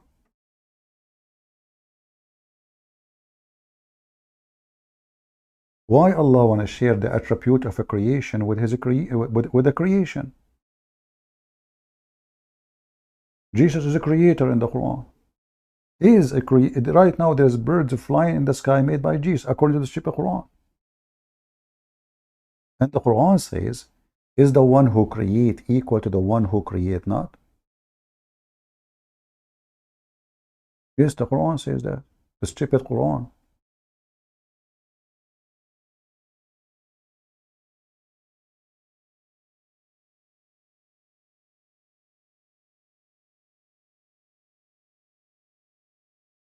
The one who create is not equal to the one who create not. And Jesus is the creator. He is the creator.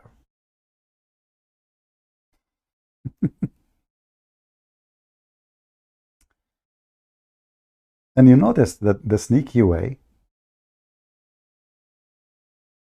by escaping the embarrassment by saying, I do not know. That's it. Change topic. Do you see how easy? I do not know. Okay, who is the ones? Who is the one, the 3 messengers? I didn't know. Move on. The Quran says, أَفَمَنْ يَخْلُقْ كَمَنْ لَا يَخْلُقْ? Is the one who create not, or the one who create is the same as the one who create not? But the Quran made it so clear, the book of Muhammad, the yellow pages, saying clearly that the one who create, and Jesus in the Quran confirmed to be creator. The one who can create, no one is equal to him.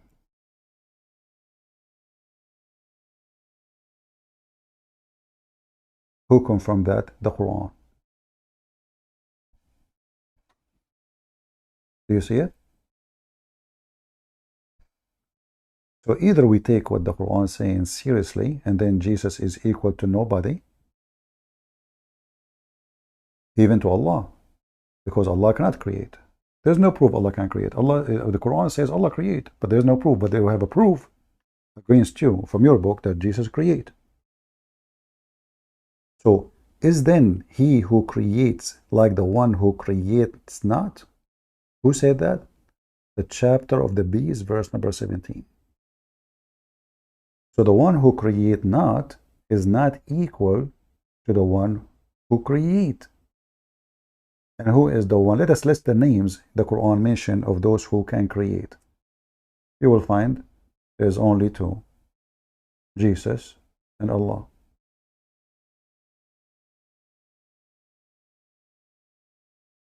Are we following? But this guy is a great example of how sneaky they are. First, he denied that he called me yesterday, and he said the F word to me, and he want to do boom boom to me, supposedly. He's a homosexual, like he's a prophet. They deny they call me, they lie, and now supposedly he have some information is going to put the Christians in trouble. How you can be one with God?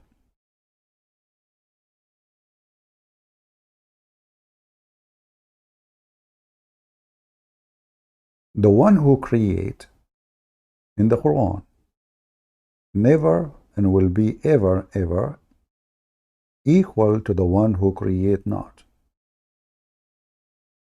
And the Quran saying the one who don't understand that, there are a bunch of donkeys.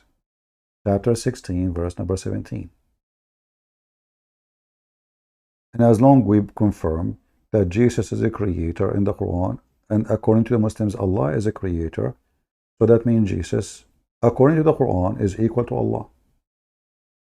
Because who is the one equal to the one who create? Are you with me, people?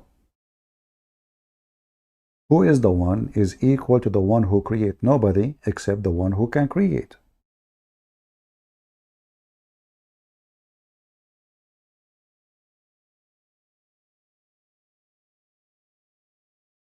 Are you taking my point? So Muhammad is not equal to Allah. According to the stupid Quran, Jesus is equal to Allah. And for sure, for us, this is an insult. Because Allah obviously is the devil. And there's no Christian will accept that the Messiah is equal to Allah unless he is mentally ill. If we accept that Messiah is equal to Allah, that means we are saying that the Messiah is Satan. But we are showing your stupid book statement against you.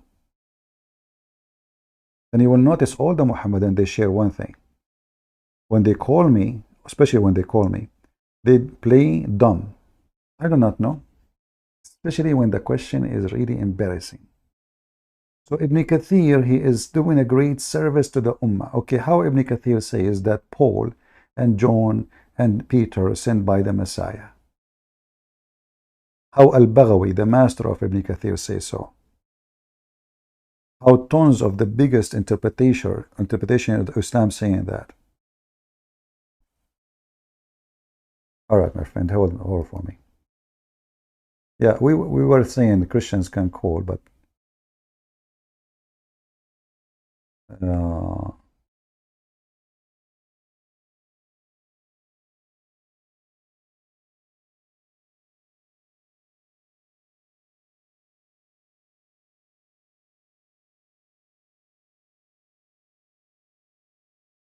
just call me. Okay.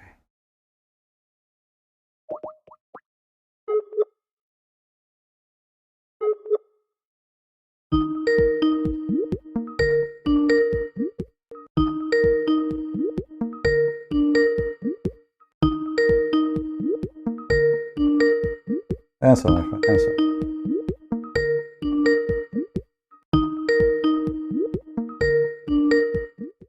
Okay, let us mute the speaker until he answers.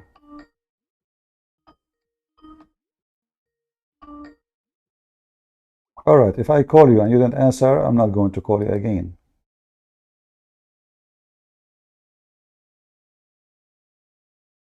All right.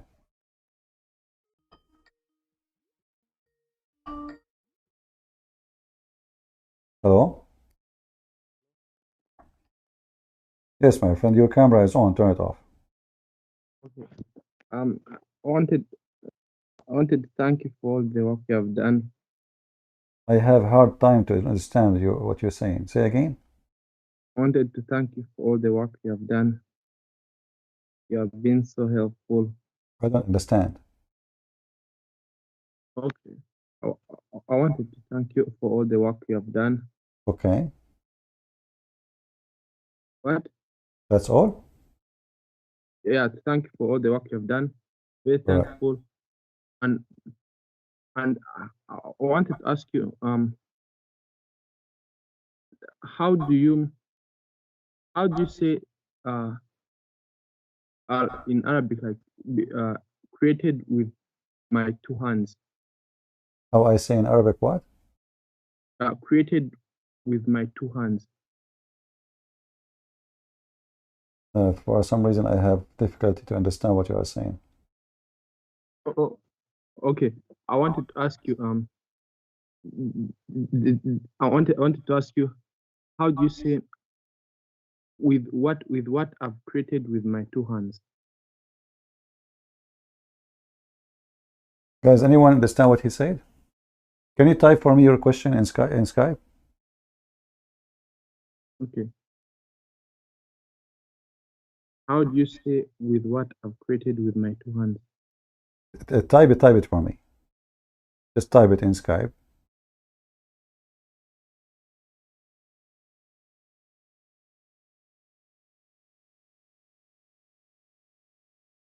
Okay.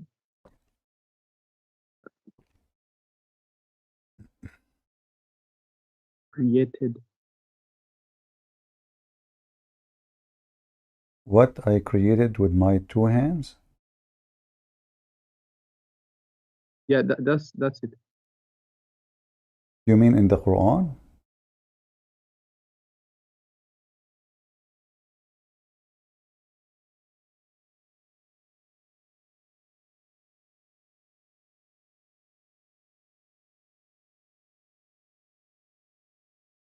Okay, Christian Prince. Yeah? Christian, I have a sheikh. I have a sheikh who wants to talk to you. All He's right, he is from there. He is there? No, he's from Africa. Okay, I mean he is with you now? No, not right now, but I have his Skype number. Okay, let him call me anytime. No problem. Anytime I am live on air, he can call me. I would like you to call him. He goes and debates Christians and on the Give road. me his Skype. I will call him right now. And All right? okay. All right, my friend. And you can ask me the question by texting, so I can, understand what you are saying. Sorry, I could not understand really much of your question. All right? Okay. All right. Thank you. Thank you. I'm going to paste it and send it to you. Yeah, still I have difficulty to understand what you are saying. Anyway, thank you, my friend. Sorry, I have a very hard time to understand what you're saying. This is his number, the sheikh. Okay, let me search him then.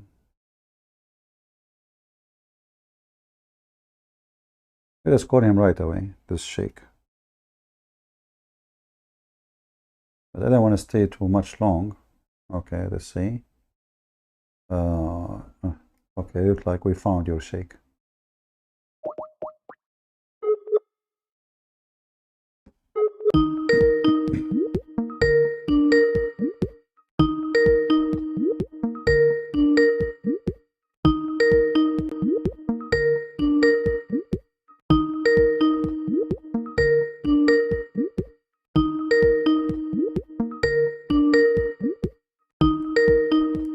We are calling the sheikh.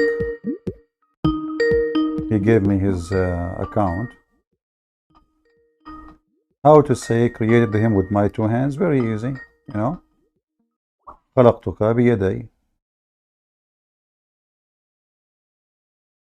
بيدي.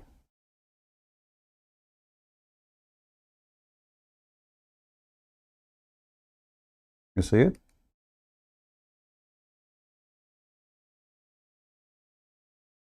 Some translation they say my hands, but the accurate is my two hands. خلقتك بيدي.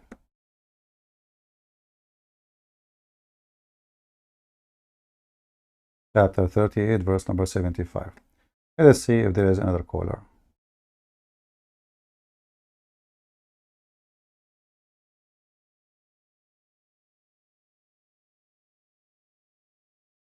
If you want me to call you, tell me, you call me, not just invitation. I don't know, invitation for what?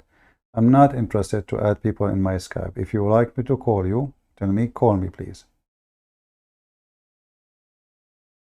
All right.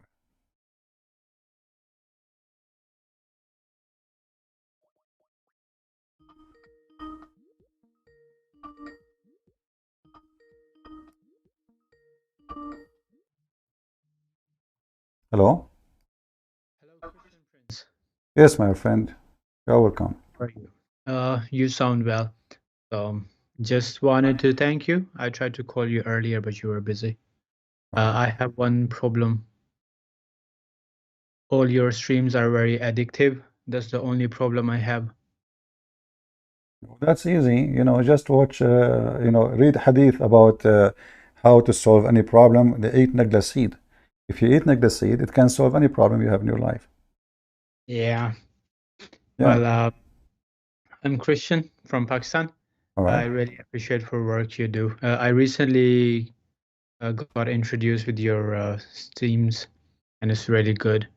And I can't stop listening to them. I learned so much from these, so I'm very happy that there is someone who can read and understand Arabic. So there is no argument like, it's in Arabic and it's hard to understand Arabic. So I'm really happy to hear you teach these Abduls. We know Arabic better than Allah. The Quran is a very broken, stupid Arabic, and this is why the Muslims themselves, they could not understand it, even those who speak Arabic. But even the stupid Quran confirmed that the best people to ask is the Christians. The Quran says so. In fact, all the Arab poetry mentioned in Arabia, written the 7 greatest poetry ever, 7 of them written by Arab Christians. 7. Wow. Yeah. Well, And we have a real poetry, not like the stupid Quran. I saw someone, he was so fat, he was lying like a rat, and he gave me, he stole from me my hat. This is not a poetry. This is just somebody trying to make a rap, and this is why verses doesn't even make sense. You know, he is following just the tone, trying to make something, a book, but it's so stupid. It doesn't make any sense, and there's no connection between the verse before it and the verse after it. As an example, just to give you an example, as long as you are from Pakistan, and I stand here with every Christian brother and sister from Pakistan, we love you. And we are willing to die for you, my friend. thank you so much. Thank you so much. You see in the Quran, as an example, Muhammad, he said, he stuck with certain letters, you know, which is a kid he can do. How many heaven Muslim they have? If you ask the Muslims, he will say to you, heaven, what, heaven. The fact, no. The Muslim believe that each one of them, he will have 2 heaven. But why, how the heaven became 2 heaven? Because simply, Muhammad is trying to make a rab. So the Jannah became Jannatan. Why? Because in a certain point, Muhammad, he have to add the word, the alif an, to make a rab, fit. So the word heaven became Jannatan. The word fountain became 2 fountains. Everything became 2. So Muhammad is just a fool. He's trying to make a book sound like poetry, but it's not poetry. It's called in Arabic saja, but he made it in a very lame way, broken way. And that's why the Arab, they were not convinced with his Quran, and they were laughing at it. And the Quran says, if you can make a book like this, well, I challenge you. But the Arab, they says, if we want to do a book like this, we can. This is very silly. We have a great poetry. We do not need such a stupid book. And here we see, as an example, how Muhammad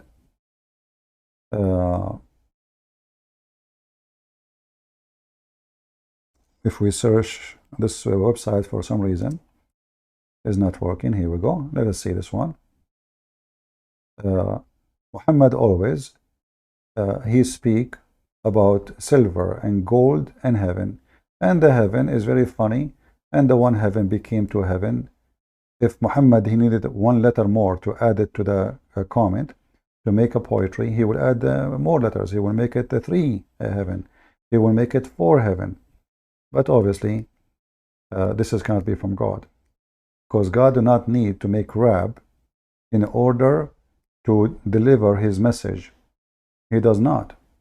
God need to explain. He should be able to explain what he is saying, not make for us a rap music or rap songs. Yeah, so true, so true. And also, I want to thank everyone who is raising the issue of Pakistan right now, because recently what happened with the Quran issue in Sweden, I think it was very important for everyone to know what exactly is happening in Pakistan, like what Muslims are doing. So I'm thankful for everyone who's raising this issue. You're welcome, my friend. Anything else you want to say?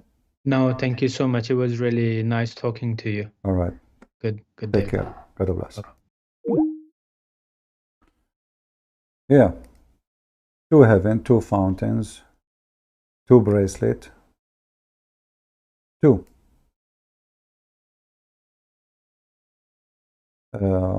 Like actually, if you type this in the Quran search engine, you will find suddenly he's speaking about the number 2 all over the place. تكذبان. فبأي آلاء ربكما تكذبان. So he speak to 2 people in the same time, and he repeat the same thing all over in the Quran. But it doesn't make any sense. I mean, even if you want to say a sentence, say it once. Why he's repeating all over?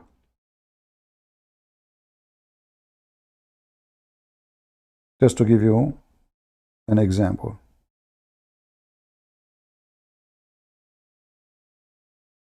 He could not make a basic rap, which any street boy in New York can do. He tried to make something, but it's very stupid and very funny and very dummy. Look how many times he repeats the same phrase. Let us go here.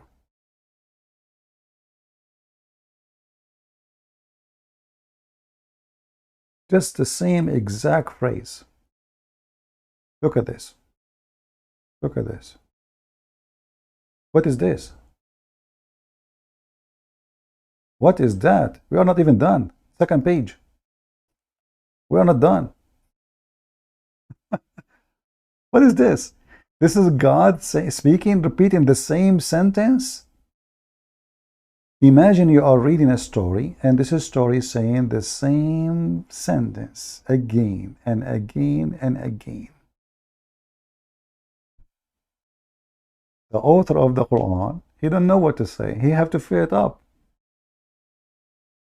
So imagine I say to you, you said to me you don't like my sandwich. I say to you, my sandwich have mayonnaise, tomato, and beef. So, and then I say the sentence.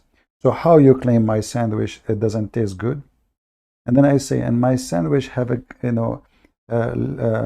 shrimp and pimp and kimp. So how you say you don't like my sandwich? And I could be repeating the same thing. You do not need to say all of this. Say it once. What is this? This cannot be God. And you will notice the A-N letter at the end.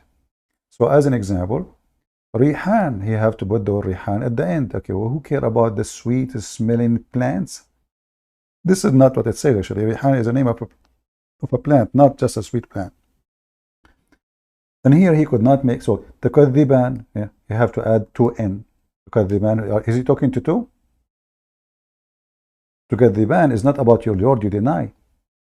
He's speaking to two people. Who are those two people? The Muslims, they say, no, he meant all. And then he created the human being from clay. Okay. And he created jinns from a fire, free smoke. Okay. Which of the favor of your Lord? What does have to do with the favor? So when Allah, he created jinn, he did a favor to us?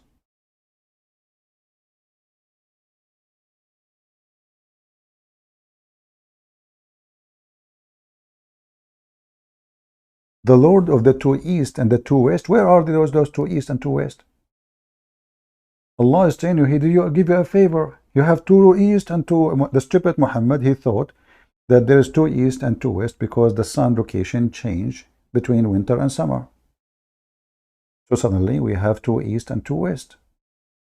Allah is the Lord of the two east. Like one east will not be fine. Hey Muslims, so if Allah is Lord of the East, does that mean there is other East? Of the two East and the two West. What is that?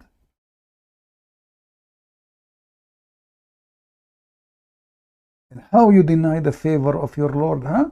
He is the Lord of the two East. And then he says, the stupid Muhammadi continues saying, he made two seas, not body of water, Marjul Bahrain. You know the word Bahrain, the country called Bahrain? Why? Because supposedly it meets with two seas, according to the understanding at that time. And this can be found in the legend of the Gilgamesh, if you know the story. Gilgamesh. So Gilgamesh go to find the fountain of youth, and later we will find the fountain of youth in Muhammad's story. Al-Bahrain. So here, he led the two seas. If you change the translator or translation, let's change it. Yusuf Ali. It shows another donkey.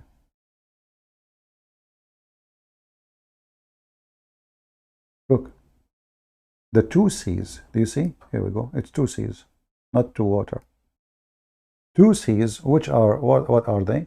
They are salty water and sweet water. The stupid Muhammad, he think that salty water and sweet water, they never mix.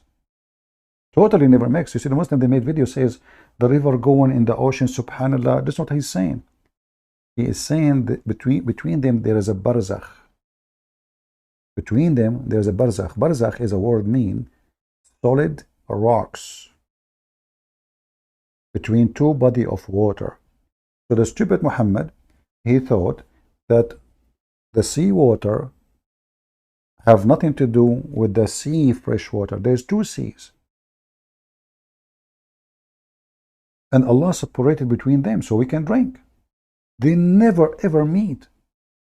But all of us, we know that this is absolutely false. And if they meet, they will never transgress that barzakh, which means the piece of rock. And then the Muhammadan, they lie about. You go open Ibn Kathir, read the tafsir. You will see barzakh is a solid rocks. Rocks. They lie. All of this is a joke. There's no way God will speak in such a way. Salty water and fresh water, they never meet. Take a cup of water, salty, and take a cup of fresh water, and let us see if we mix them in one jar, what will happen. Do they mix or not? But what the Quran is speaking of, the stupid Muhammad think that salty water and fresh water never ever mix. Let us take another caller.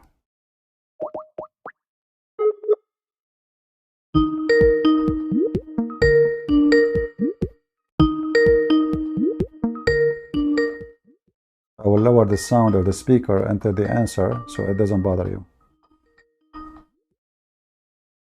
Hello? Hello, go ahead, you're live. Hello, brother. Thank you. I'm a Christian. All right. I don't want to name, but I can say that I'm from South Africa.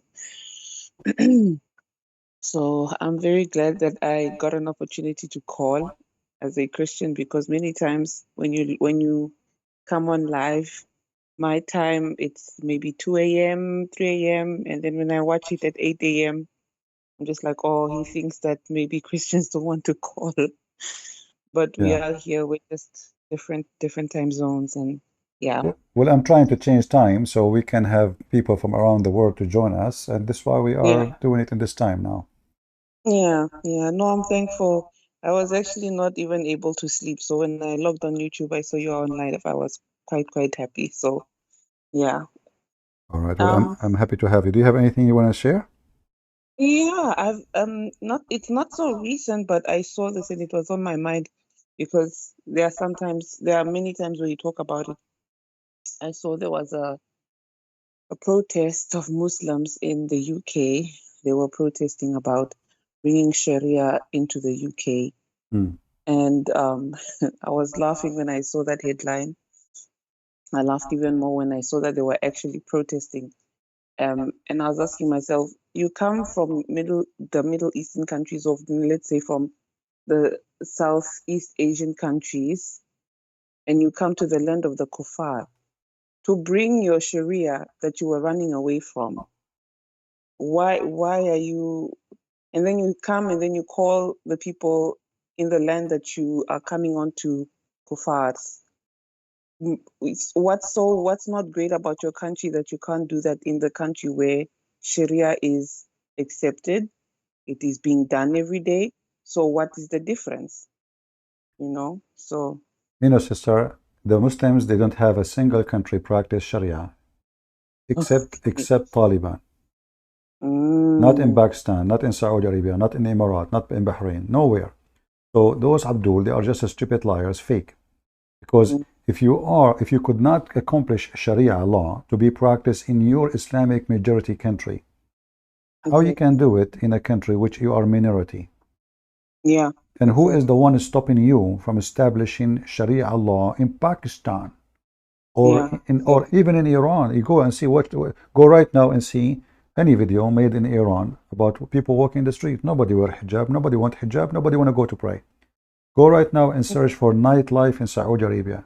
Nightclub, disco, parties, everything. So who is the one? When the last time we saw a Muslim country is cutting the hand of a thief? When the last time we saw a Muslim country stoning women to death for adultery? When the last time we saw a Muslim country forcing Christians to pay jizya? They cannot practice those things. So Islam does not exist. Remember, Islam without Sharia is not a religion. Yeah. And I agree because Go ahead. No, I agree because so I've been listening to you since 2019, and so this time where I'm working, there was a colleague who I met, and he's from Iran. So there was this one time we were talking about it, and he was bashing, when someone is trying to low grade, try to bash the Crusades and whatnot. And I was telling him that his perception or his education or the curriculum that they gave him about the Crusade is one-sided. It is not actual history. And then I was also talking to him about the hadiths and what the Quran says about this. And then I also talked about, and then I asked him, I was like, isn't Iran following Sharia law? He's like, what's that? I asked him again, I said, you don't know what Sharia law is? He's like, no. And I was shocked because I'm like, he's a practicing Muslim. He's from Iran, but he's Shia. I asked him if he's Shia Muslim because I know that Iran is majority Shia. And he said, yes, I'm Shia Muslim. But the whole thing about Sharia, he didn't know. And it caught me off guard because I didn't want to speak to someone who's ignorant about his religion in a sense like that, Yeah, they are expert in history and expert about the Bible. But the second you ask them about their stupid religion, about their religion, yeah, they play dumb. He knew. You see, the reason he did not say he knew, because he didn't want to open the topic which he cannot refute. The same as the guy who called me, if you witness, just 15 minutes ago, he said, I don't know. Each time I ask him a question, and it's an embarrassment, He said, I don't know. This is the way to escape. Because if you say he knew, then you are going to ask him about this and about that, and then he would I was ready. I was very ready. Yeah. I was ready to ask him. So it's not really he don't know. I mean, he came in from Iran, right? Yeah. So how come he don't know? A person he grow in Islamic school, they learn Islam, Yeah. you know, etc. And It's suddenly he clear. do not know Yeah. why. And There is how a person who is a Christian he knew more than him doesn't make sense. But Then it's a he- way to get away from it. Yeah, he was even saying, "Oh, no, wow, you know more about. I can't believe you know more about Islam. How do you know?" And I'm like, I said to him, "It's my job to know. It's my job to know, and it is also because of the things that we see. You know, I obviously didn't tell him about the horrific things that they do, but I told him straight to his face that I'm a Christian, and it is my job to know about other religions because I wouldn't let." As the scripture says, as for me and my house, we shall serve the Lord. I won't let any other religious practice come into my house. So it's my job to know so Yeah. that I can school my children and then also come against any falsehood against my own faith. So, yeah, that's all I wanted to share with you. Well, thank you very And much, just- sister. God yeah, bless you and your just- family from South Africa. Thank you. Thank you. God bless you too, Brother CP. Take care. Bye-bye. Bye-bye. Mhm. Yeah, you see, this is a way of deception to escape an embarrassment. I do not know. I do not know. All right? That is a way to run away from the question.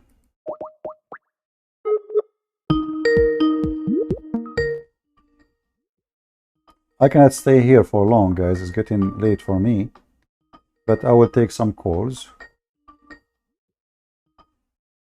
Hello? Hey, my friend, you are live on air.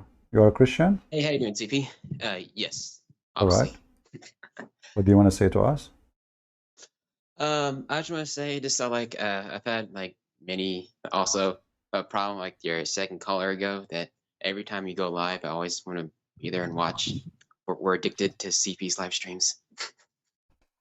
Well, I hope it's a good addiction. I hope we are learning something useful, you know? Yes. Not just wasting our Yes. time, because wasting our time is not the purpose. Exactly. It's just that like not only have I learned some stuff about Islam that I never knew, Hinduism and stuff like that. You know, it's all about sharing the knowledge. You know, what can you do for you and your own faith, etc. And that I've learned your techniques. Although it was not a Muslim, but I had a friend from Africa. She was a Mormon, and so I've learned how you do in your debates and how you talk with other people and show them the truth. I was able to actually like hey, this is a cult, etc. Blah blah blah, and then I was able to get her to leave and follow her parents in the true church. Yeah, always remember one thing. You cannot debate a liar. There's no Yeah. debate. A liar, he cannot debate him because debate has to be done between two honest people who speak Exactly. their mind and their belief. A Muslim, he never tell the truth. He lie. This is why you cannot debate a Muslim, but you can get him busted. So in order to do that, you have to, sadly, to trick him to say the truth before you give him the question. Yeah. If you give him the question, he will deny that this is what he believes. You know? So Yeah. you have to trick him first to say the answer before you, like now, what happened today, you know? Bait the So trap. you have to trap him exactly, otherwise they will do anything to avoid the embarrassment. They are Muslim demonic. shuffle.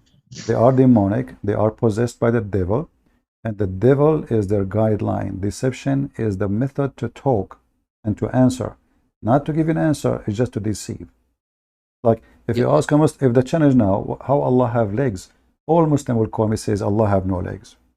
If Muslims sitting together discussing this, they will say yes, Allah have hands, Allah have foot, Allah have etc. But the second you are making it as a reasoning not to believe in Allah, they deny it. Yeah. Yeah. Like you said in all debates, anyways, just to escape.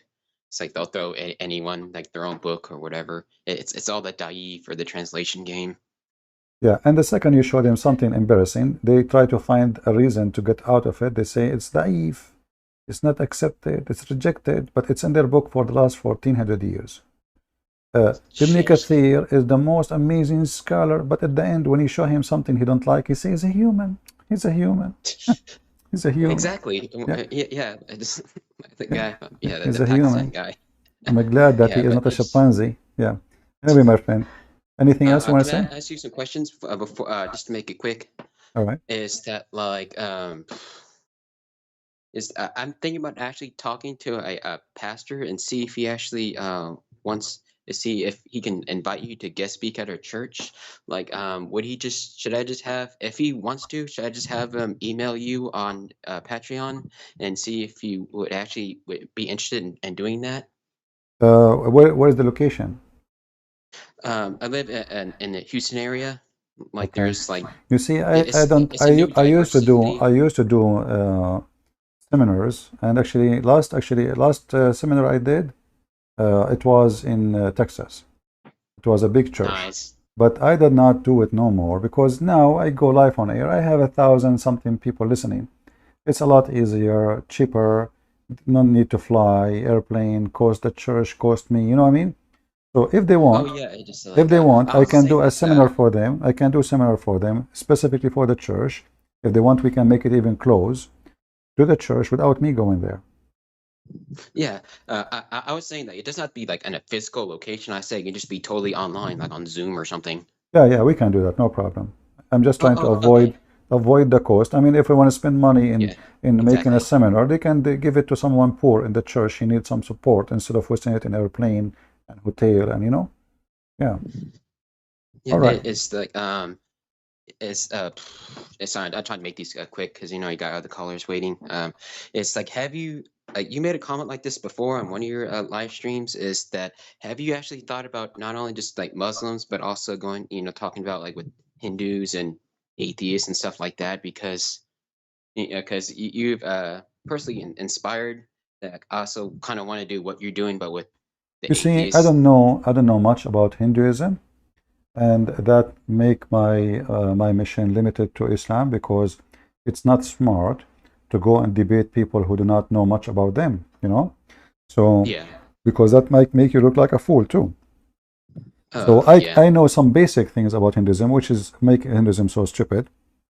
However, I prefer to focus in Islam because those are the one who claim that they have the true religion, and they are challenging the Christians everywhere. And I will leave speaking about Hinduism for people who they are born in India, they knew exactly what the Hindu believe, etc. Better than me, What I do is just Okay. basic. Yeah. Last thing is just like a I don't know if you actually will be interested in this because I see like a lot of people in the comments, they're from different countries, and some people are like, because I remember one time, long time ago, you talked to someone, a guy from Sweden who threw like heard his dad threw acid in his sister's face. Yeah, You remember that? yeah. Is this like, because there are some people in the chat volunteering to actually talk with them. Had you ever thought about actually, they have to show that they're trustworthy, they're not just fake, because that'll be stupid. But have you actually thought about actually getting some sort of like network together for any people Yeah, living in but different countries? It's like, the problem, this is internet, and I cannot recommend anyone to anyone because how you trust people, it's internet.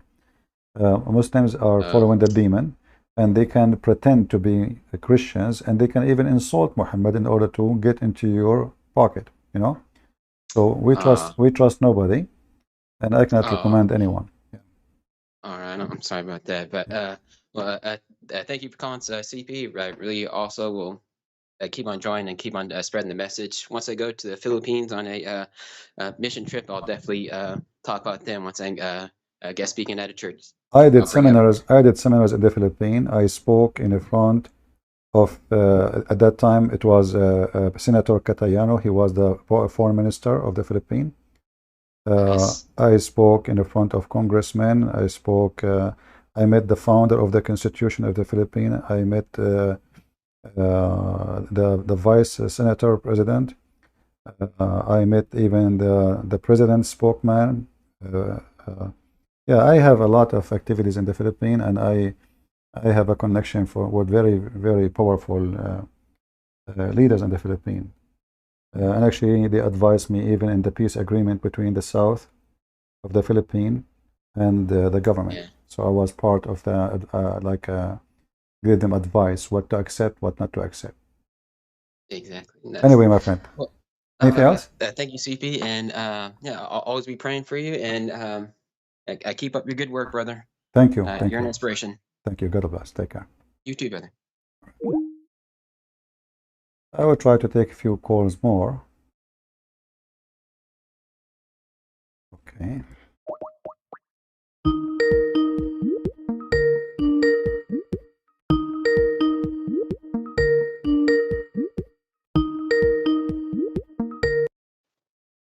Hello. Hello. Hi, brother. This is also a Christian from Pakistan. I'm currently not in Pakistan, but I'm in Canada. Just wanted to say hello, and I have one thing to say. All right. Brother, I feel that lots of Iranian people, even Afghani also, when they are coming into Canada or America, not only they leave Islam, but also they, if even though if they are not leaving Islam, they the way they are living their life here, it's very, very open. Most of them people, most of these ladies and females are large number of ladies, they are divorced. And not only in here, but I also observed in Pakistan that they are taking divorce from their husband a lot. It's a lot of increased number. So their men cannot control their women. So Yeah, there's a reason for that. It's a freedom. How you know who is religious, who is not, in a place where everybody is forced to say the same word, sing the same song, right? yeah, So just give them the freedom, and you will see. Like I remember, you go in the airplane. Saudi women, they are in the airplane wearing hijab, wearing veil. When the airplane passed, the Arabian airspace, they go to the bathroom. They have little bag with them. They come out with short. Like the girl, she left my seat. She went to the bathroom. She came back. I said to her, "This is not your seat." She said to me, "No, this is my seat." I said, "No, this is not your seat," because I mean, the woman who was sitting next to me, she was wearing a veil. You know, the girl who yeah, came back, she's wearing very, very short skirt. I mean, when she sit, I can see her panty. So I said, yeah. "This is not your seat. Hello, you're taking the wrong seat." The lady, she is going to come back. She says, "No, no, no, this is me." "What do you mean this is you?" I said, "Yeah, this is me. This is her." Yeah, Yeah. So exactly. just And give them just some freedom. And now in Saudi Arabia, because now the new government is different, they give them freedom. Just search for nightlife in Saudi Arabia. What about Erdogan? Erdogan is very religious. He recites the Quran. He is a sheikh. He is an imam. He is yeah, worshiping Allah. But the nightclub is open. Number one business in Turkey is prostitution. yeah, Yeah, this is how it is, my friend. And yeah, we are here to expose them. yeah. And one more thing, brother. I used to send video which from my previous from your other Skype. Seen such videos. Maybe those videos were new to you, but you change your Skype on and off. So if something happen, I am a member on Patreon as well. So how do I need? Which is the safer? How do I send you videos if there is new video something in Pakistan or other somewhere else? You What is can the you can safest way to contact me send in you? Patreon because Skype Yeah, I get a lot of but in Patreon you make an account, but don't send me things just to send. Only if it's you yeah, think it is worth it, something really yeah. I important. guess. Yeah, Yeah. in Patreon I you do not need to make any donation. It's for free for everybody. Actually, most of people who they are joining Patreon, they don't even never support anything, No, but it's okay. I am a supporter, brother. I am a member. I All am a right. supporter. Yeah, just send Yeah. me in Patreon, but don't send me every day. Send me only what you think it is really worth it, Yes. to see. All right? Okay. Okay, brother. Thank you so much, brother. All God right. bless you. God bless. Take care. Let us see. Maybe we take two more calls or something. All right. If you send me,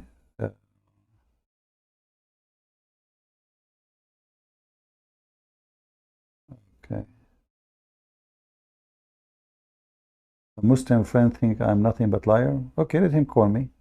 You do not need to say I'm a liar. You need to prove it. So let us see this person here. If I want to use in my browser.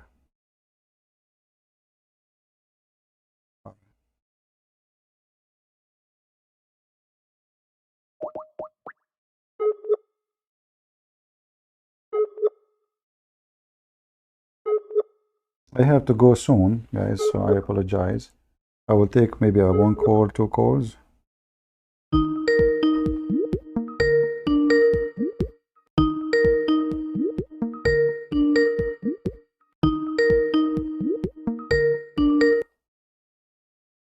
Hello? Hello. Yes, my friend, you are live on air. Go ahead. Yes, thanks CP for accepting my call. So actually I have a thing and 2 questions actually. Is it okay? All right. Okay, so actually first I want to share about what's happening in my country. So actually in my country we have terms conservative and liberal or moderate Muslims. And for me, and you know Which those country? terms Which country is yours? Indonesia. Okay. So actually the people who campaign those terms are even Muslims, moderate Muslims. So actually, I thought personally that those terms are actually problematic because if the conservative is good, then why do you even need liberals or moderates? There's And nothing. There's nothing. It's called moderate Muslims. All Muslims are the same. Either you are a Muslim or you are not. A moderate Muslim is just a lie. If there is a moderate Christian, I don't know, because I think if the conservative Christians are good, right? So if the conservative, well, I think it's a trouble because if the conservative Muslims are good, so why do you need moderates?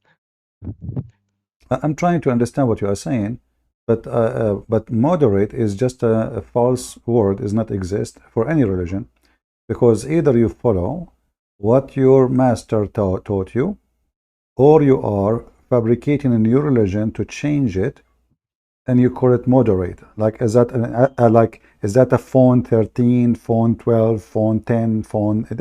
This is about God. This is there's no phone 10 and phone. Either you take it or leave it. So those who claim of moderate, they are false. They are not believers, and there is no such a thing in any religion. As long you have a scriptures, as long you have something called the scriptures, and this is scriptures written long time ago, how you can say moderate? Do you have a new scriptures? If you receive a new scriptures, then you cannot even say the word moderate, because now you are following new scriptures. So we as a Christians and the Muslims and anyone, as long he have a scripture supposedly exists from long time ago, there's no new scriptures. So how moderate will be? Moderate is just a lie to cover the purpose of deception, to say I don't follow those things, I am a moderate, I'm better. Yeah, because I saw that if you can make your question if you can make your question written to me, that will be better, because I have hard time to understand what you are saying, by the way. Okay. All right. Yeah, I have questions about, actually I saw I think a few months ago, I think or a long time ago, about explaining about the Muhammad regards to Aisha, and that the video I saw explaining that Sahih has several levels. Is that true, or is it just a thing made up?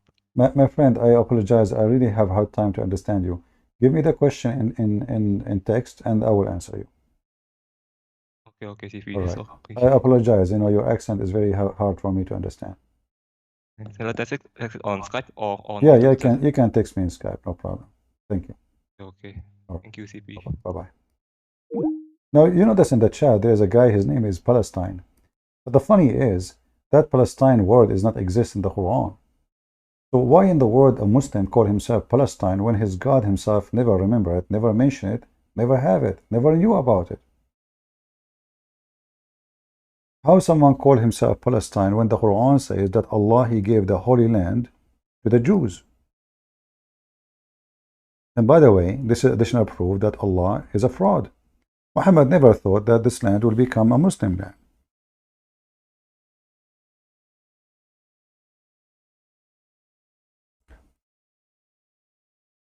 The word Palestine never exists in the Quran, not even single one time. There's no kingdom called Palestine in Islam. Not a single king mention of something called Palestine. In the same time, the Quran called it as the Holy Land, which is a promise to the Jews in chapter 5, verse number 21. I remember I was doing a seminar, and it was in a city called Cagayan de Oro. And the Abdul, he stood up and he says, but I heard that you support Zionism. You support the Zionism. How you can support the Zionism? They are killing the Palestinian. So I said to him, so you are not supporting Zionism? He said, no, I thought I don't support Zionism. I said, so why your God supports Zionism? Isn't it the Quran says that your God, Allah, gave the Holy Land to the Zionists?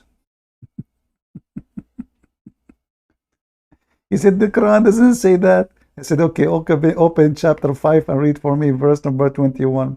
He did read verse number 21. He said, this is not for the Jews, this is for the Muslims. He said, read it. Read the verse after it. Abdul. So they use words, have nothing to do with them. Since when the word Palestine belong to you? You have nothing to do with it. And you are not even a Palestinian. The real Palestinian, they never spoke Arabic. They don't know Arabic. And they don't look like Arab. You are just a potato. Palestine. Palestine, brother, Palestine. Just fake people, you know, just fake. So go change your name. I told you many times, don't use this name. Go change your name and come back. Call yourself Palestine, Fartestein, any fart you want. Because your name is nothing but farting at yourself and your religion. Shouldn't you ask yourself, how come your prophet never heard of this name before? Mr. Fartestein? Fartestein? What kind of God? Don't Allah knew that this land will be a problem? Why he gave it to the Jews?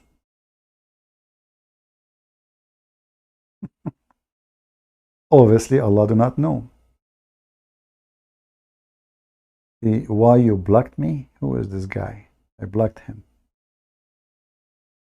I blocked him, but he can't text me.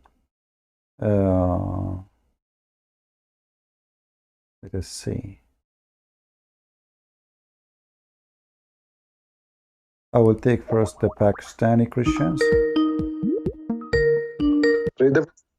Hello? Hello. Abdul. Hello. So they use words. Can you mute you too, please? Yes, I've done that. Thank you for calling, CP. You're welcome. So you are a Christian from Pakistan?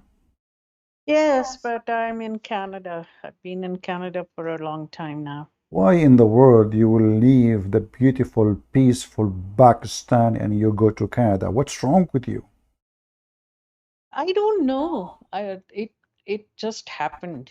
Isn't it beautiful to go in the morning and you hear the adhan and those long beard and shout, and everybody is happy in Pakistan. It's the beautiful, amazing happiness because of Islam. Have you ever heard of a Pakistani Muslim is not happy? I'm not a Muslim. I know, I'm just joking. Yeah, I know. Back in Pakistan, our home, you could hear like 9 mosques. They blast things out on the loudspeaker night or day. Yeah, in every corner there is a mosque around the house. Oh, yeah. So we could hear at least 9 different mosques. Yeah. And all the stories. I even heard a long time ago, they were doing a Friday's khutbah, and he just told the whole Christmas story, but it was Muhammad was the thing. It was hilarious. But anyways, I used the name The Old One on YouTube, so you might have seen my comments. You call it what? The Old One. The Old One. Yeah. I will never use such a name. I'm the young one here. All right. Well, you stay young. All right. I wanted to thank you for all the work you do. I've been following you and listening to you pretty much every day for, I think, more than 8 years now. 8 years? Yeah. I wasn't born 8 years ago. What are you talking about? I'm very young. I just told you. Why you are mentioning years when I'm talking about I'm being young? What's wrong with people? You spoke from the cradle, CP. I know. Right away, when my mom, she gave birth to me, they said to me, I said, like, what? Everybody say, wa. I was saying, da'if hadith, you know? Yes. All right. Well, anything else, sister, you want to say? No, it's just about how things are getting worse. My whole family is in Pakistan. So the way things have been going there, it's just horrible. It started back in the 80s when they started going nuts.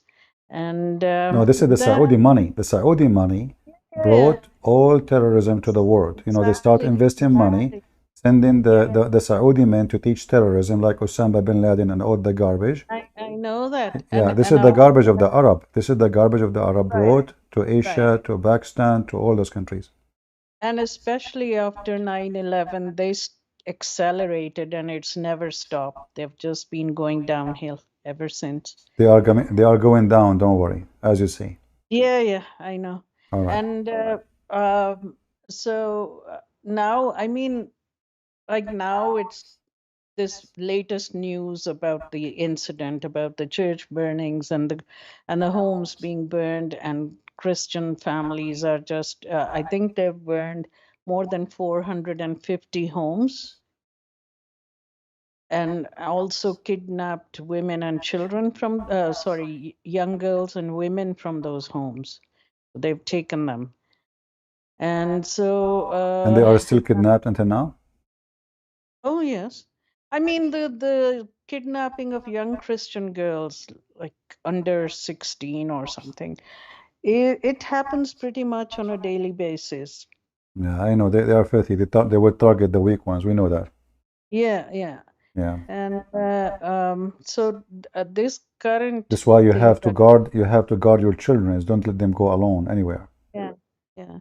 And I mean, my family is there, and it's the first time, like my nieces, they were telling me a few months ago that now they don't feel comfortable going outside. Yeah, I understand. So, yeah, but anyways, so I'll ask everybody to please pray for Pakistanis and everywhere else, like Egypt, Nigeria, where all these things are happening on a daily basis. Pray for the families, because of course they won't get any help from any government or institution. So these are families that are just out in the fields. They have no shelter, they have nothing. They have to run out of the towns, so they're out in the fields, men, women, children. Yeah, I understand. So well, I hope that someday we'll be able to help literally, not by just prayer, because prayer doesn't feed people, you know, alone, you know, because people need to do some work in order to help. Not just I pray for you to eat, I pray for you to be safe. So we pray, and we should do work, and I will be happy to support any kind of action people would do. And it's another thing is to find the right kind of people who actually will deliver to people, because trust people, because there's scammers and there's people they feed in those occasions.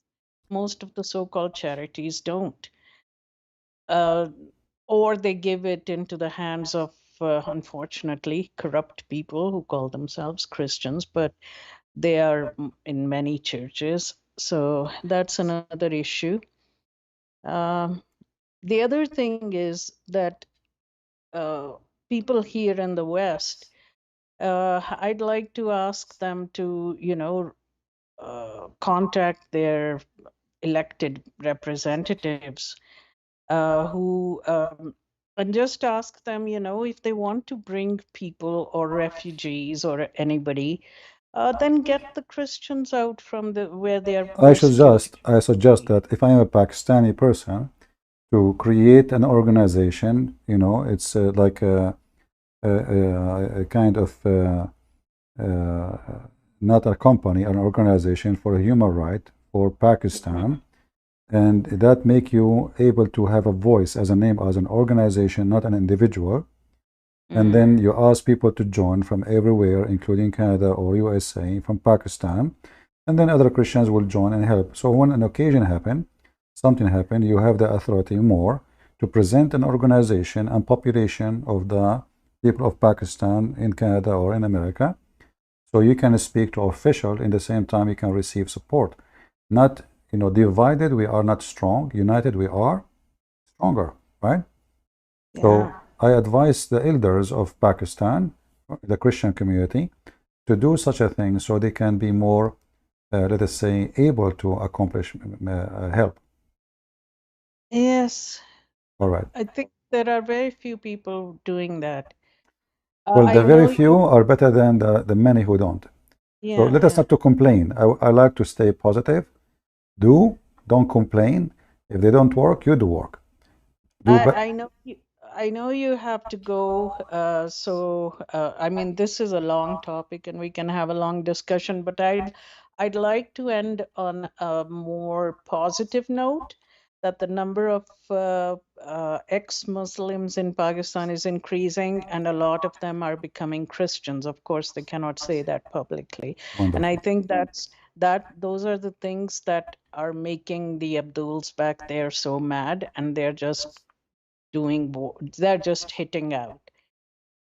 There was somebody yesterday on Osama Dakdok's channel and Adam Seeger's English channel.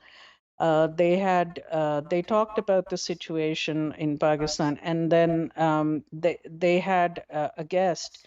He's called ex-Muslim Hafiz Qari Muhammad, and he's a Hafiz and a Qari, and he actually came as a Dawa trainer first to Spain, and then he went to Germany. And he was planting mosques, and he was trained in how to take over the West. So part of the training and stuff was how to, get the girls and the women and have babies with them, or Yeah. and so he then in 2010 he met Jesus, and he became a Christian after that. And so now they are after him, and recently they started putting his posters and things, and even though his family is in Pakistan, they are Muslims. They killed his sister, beat up his dad, and shot his brothers, and now they're telling the government to get him back, because first he's an ex-Muslim, second he became a Christian, and he's doing a lot of mission work now.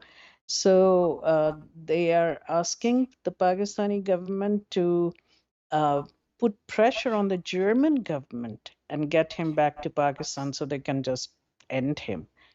So these are things happening, but God is moving in Pakistan. I mean, and is doing a great work there. And I'd just also like to remind people that August 22nd is International Murtad Day, Apostasy Day. okay. So What yeah, what day? What day? August 22nd. Oh, okay. I think it's the third year, I think, that they're All right. just want to send my greetings to all the ex-Muslims. All And right. thank you again for taking my call, CP. You're welcome. You're welcome. Take care. Yeah. Okay, thank you. God Bye. bless. Bye bye bye. All right, guys. I really apologize. I wish I can take, but it's getting really late, for me.